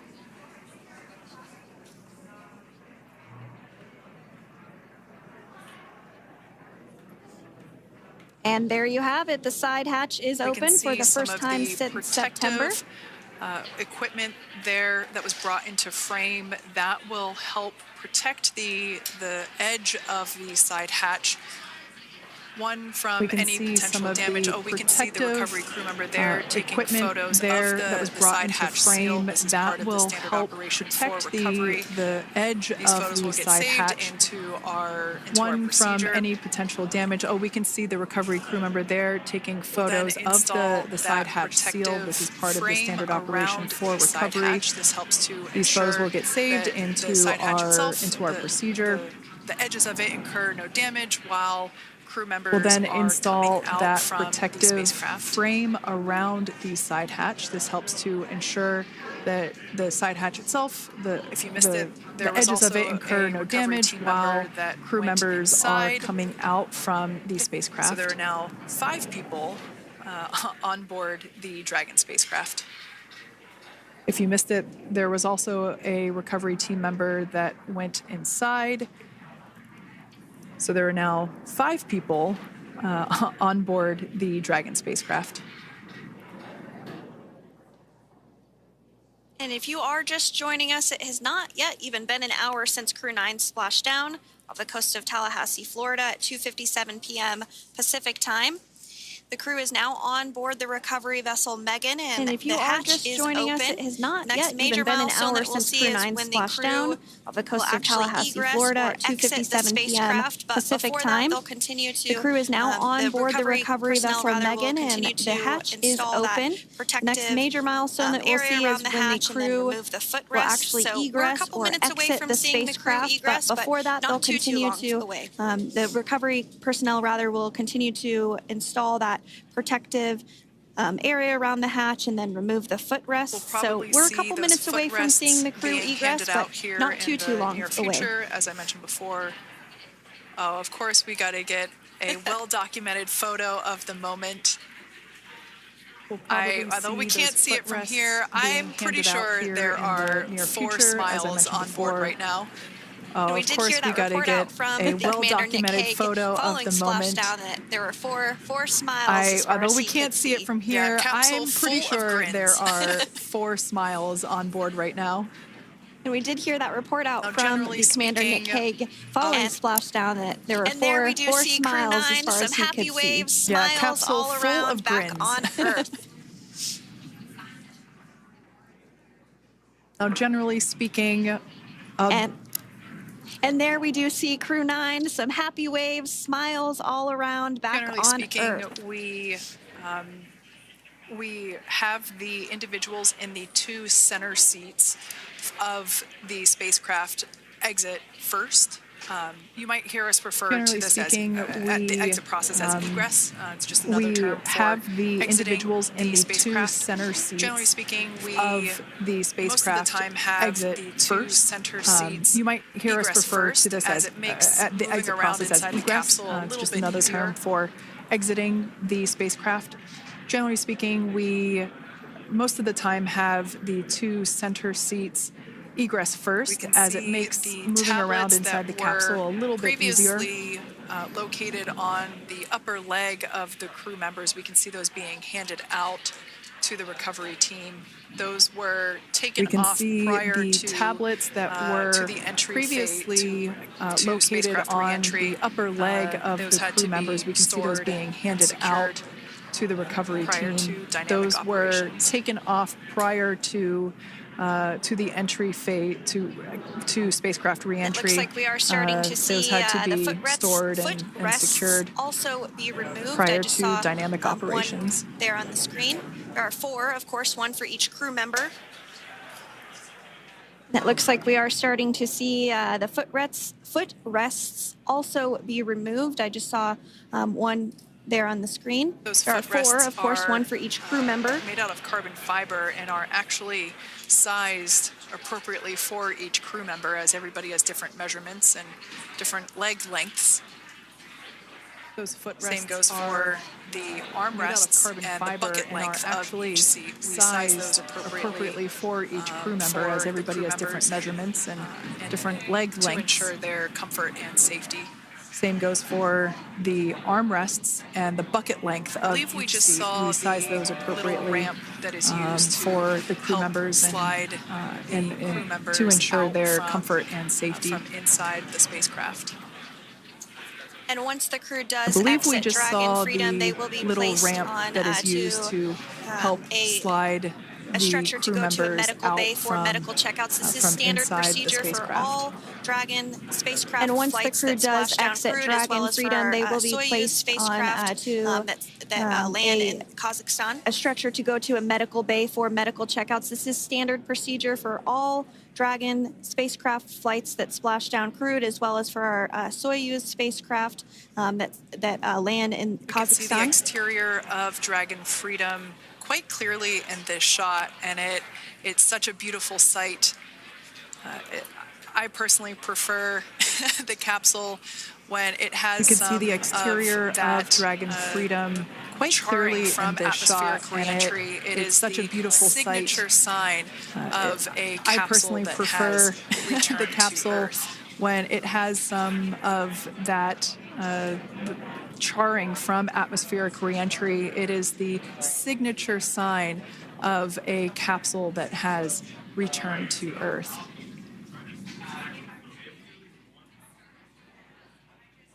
Continuing to stand by for our first crew member to egress or exit for Dragon Freedom following their splashdown at 2:57 p.m. Pacific time. Dragon undocked from the International Space Station at 10:05 p.m. Pacific for just our yesterday. First crew member to egress about 17 or exit hours of for phasing. Dragon Freedom following their splashdown at 2:57 p.m. Pacific time. Dragon undocked from the International Space Station at 10:05 p.m. Pacific just yesterday, so it was about 17 hours of phasing.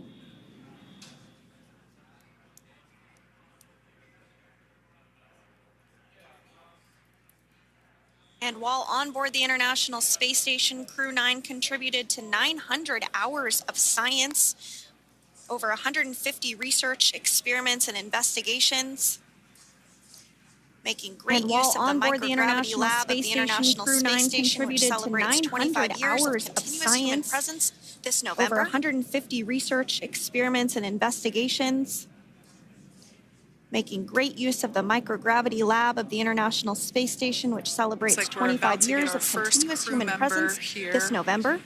Upon egress of the Dragon spacecraft.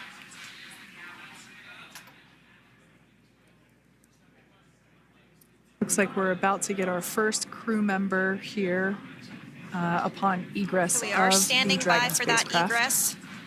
Outside of Dragon, you do see one of those stretchers. This is the expected procedure, as the crew will be taken to medical facilities following their exit from Dragon. So we are standing by for that egress.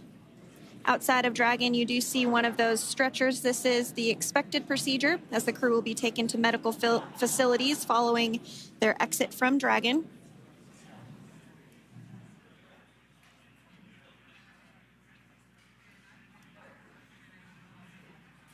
We can see folks on board clapping as our first crew member. And that is NASA astronaut Nick Hague, commander of Crew 9. Now out we of can see Crew folks Dragon on Freedom. board clapping as our first crew member. Some smiles, thumbs up, is and a NASA wave. Can't astronaut get any Nick better Hague, than that. Yeah, commander that is one of happy Crew camper, 9. that's for sure. Now out of As we Crew said Dragon before, Freedom. it is standard procedure for all of our long-duration crew Smiles, members thumbs to up, and a receive wave. assistance Can't get any better upon than that. egressing Yeah, that from is the one happy spacecraft. camper, that's for sure. We basically help them move As we off said of before, the recovery it deck is and standard into procedure the for private medical all of our quarters for their, long-duration crew initial members to consultation receive with the assistance SpaceX flight upon surgeon. egressing from the spacecraft. So we'll see that take place We for all four basically of our help crew them members today. move off of the recovery deck and into the private medical quarters for their initial consultation with the SpaceX flight surgeon. So we'll see that take place for all four of our crew members today.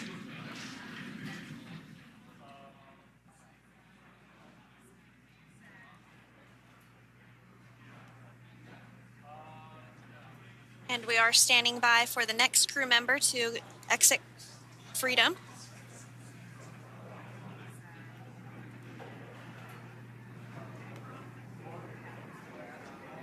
And we are standing by for the next crew member to exit Freedom.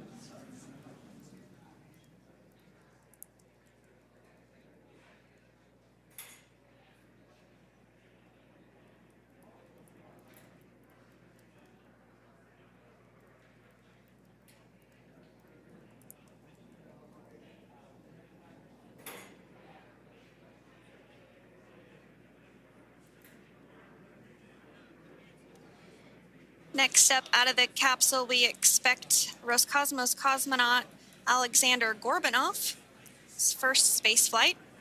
spent 171 days in space alongside NASA astronaut Next Nick Hague. up out of the capsule, we expect Looks like we're getting Roscosmos cosmonaut Aleksandr Gorbunov. His first space flight. Spent 171 days in space alongside NASA astronaut Nick Hague. Mobility aid. Looks like we're getting some cheers and clapping on board. Again, big smile. As Aleksandr is slid down the little ramp and placed into the mobility aid. Once again, big smile. Now, the two crew members remaining in Dragon are NASA astronauts Suni Williams and Butch Wilmore. They completed 286 days in space. Now, the two crew members remaining in Dragon are NASA astronauts Suni Williams and Butch Wilmore. Dragon spacecraft. They completed 286 days in space. One of the remaining footrests being removed from the Dragon spacecraft. As I said before, we generally try to have the crew members that are located in the two center seats aboard Dragon, and we like to have them egress first if possible. As I said before, we generally try to have the crew members that are located in the two center seats aboard Dragon, and we like to have them egress first if possible, as it creates a little bit more movable working room inside the spacecraft. There is a recovery crew member inside that is helping all of our Crew 9 crew egress or exit from the spacecraft.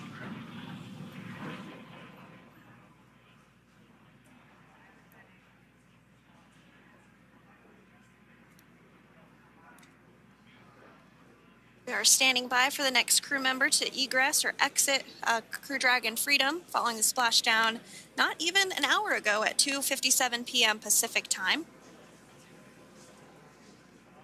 We are standing by for the next crew member to egress or exit Crew Dragon Freedom following the splashdown not even an hour ago at 2:57 p.m. Pacific time. Really have the recovery operations down pretty quick at this point. Yeah, it's pretty incredible to think that, just 5 years ago when we were doing the initial demonstration missions. Really have the recovery operations down pretty quick at this point. Yeah, it's pretty incredible to think that just 5 years ago when we were doing the initial demonstration missions of the Dragon for Crew Dragon, that now we're under about 30 minutes for, to retrieve the spacecraft from the water, and just several minutes here while it's been on board, and to get everyone, really to get that side hatch open. On-time splashdown. Looks like we're getting our next crew member here. That is none other than Suni Williams. Big smile, for those big of waves. you that have just recently joined, she, like her other Dragon had an now, on-time splashdown. Looks like we're getting our next crew member here. That is none other than Suni Williams. Big smile, big waves. She, like her other crew members, now will be assisted onto the mobility aid. There we have it, some waves, some thumbs up, and some smiles. Definitely seems to be a theme among all recovery operations. Absolutely. And there we have it, course, some waves, some thumbs up, and some NASA smiles. astronaut Butch Wilmore. Definitely seems to Inside be Dragon a theme seat 4. among all recovery operations. Absolutely. And of course, that leaves NASA astronaut Butch Wilmore. We're getting some inside views of him Dragon now as in he seat 4. egresses or exits the spacecraft.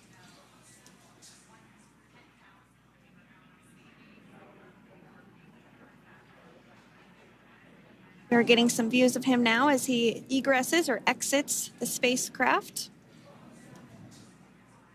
Once again, some elation and cheers there from Butch Wilmore. As we mentioned before, returning to Earth from coming from a microgravity environment can once again wreak havoc on the body. So elation and cheers there just standard from Butch for all of our Wilmore, as we mentioned before, returning to Earth coming from a microgravity environment can wreak havoc on the body. So it is customary and just standard procedure for all of our long-term space residents to get assistance once they are back on board the recovery vessel. Sunny, and Alexander are safely back home on Earth and getting checked out by the NASA medical team, we're going to wrap up our live coverage of their return. The Crew 9 mission began a little differently than usual since Butch Wilmore and Suni Williams were already aboard the space station and getting checked out by the NASA medical team. We're going to wrap up our live coverage of their return. Having arrived, the Crew 9 mission began a little differently than usual since Butch Wilmore and Suni Williams were already aboard the space station when Nick Hague and Aleksandr Gorbunov arrived on the Crew 9 spacecraft in September. Having arrived as the crew flight test crew for Starliner, Wilmore and Williams were fully incorporated into the space station's Expedition 72 team and began research and other work aboard the station along with the other crew members. Williams commanded the orbiting laboratory for much of the expedition. After a successful liftoff and separation from Falcon 9, Nick and Alexander made a short flight on board Dragon to the International Space Station. Veterans of long-duration space station missions, both Williams and Wilmore conducted spacewalks during their 9 months in space. About a week ago, like all crews on the station, Crew 9 had the ability to leave at any point had there been an emergency. With their full duration mission coming to an end, the crew began packing up their personal items for their return to Earth about a week ago and worked through tasks and shared lessons learned with Crew 10 teams as they arrived a few days ago. Their journey home began about 17 hours ago when they closed the forward hatch to Dragon and undocked from the space station at 10:05 p.m. Pacific, 1:05 a.m. Eastern.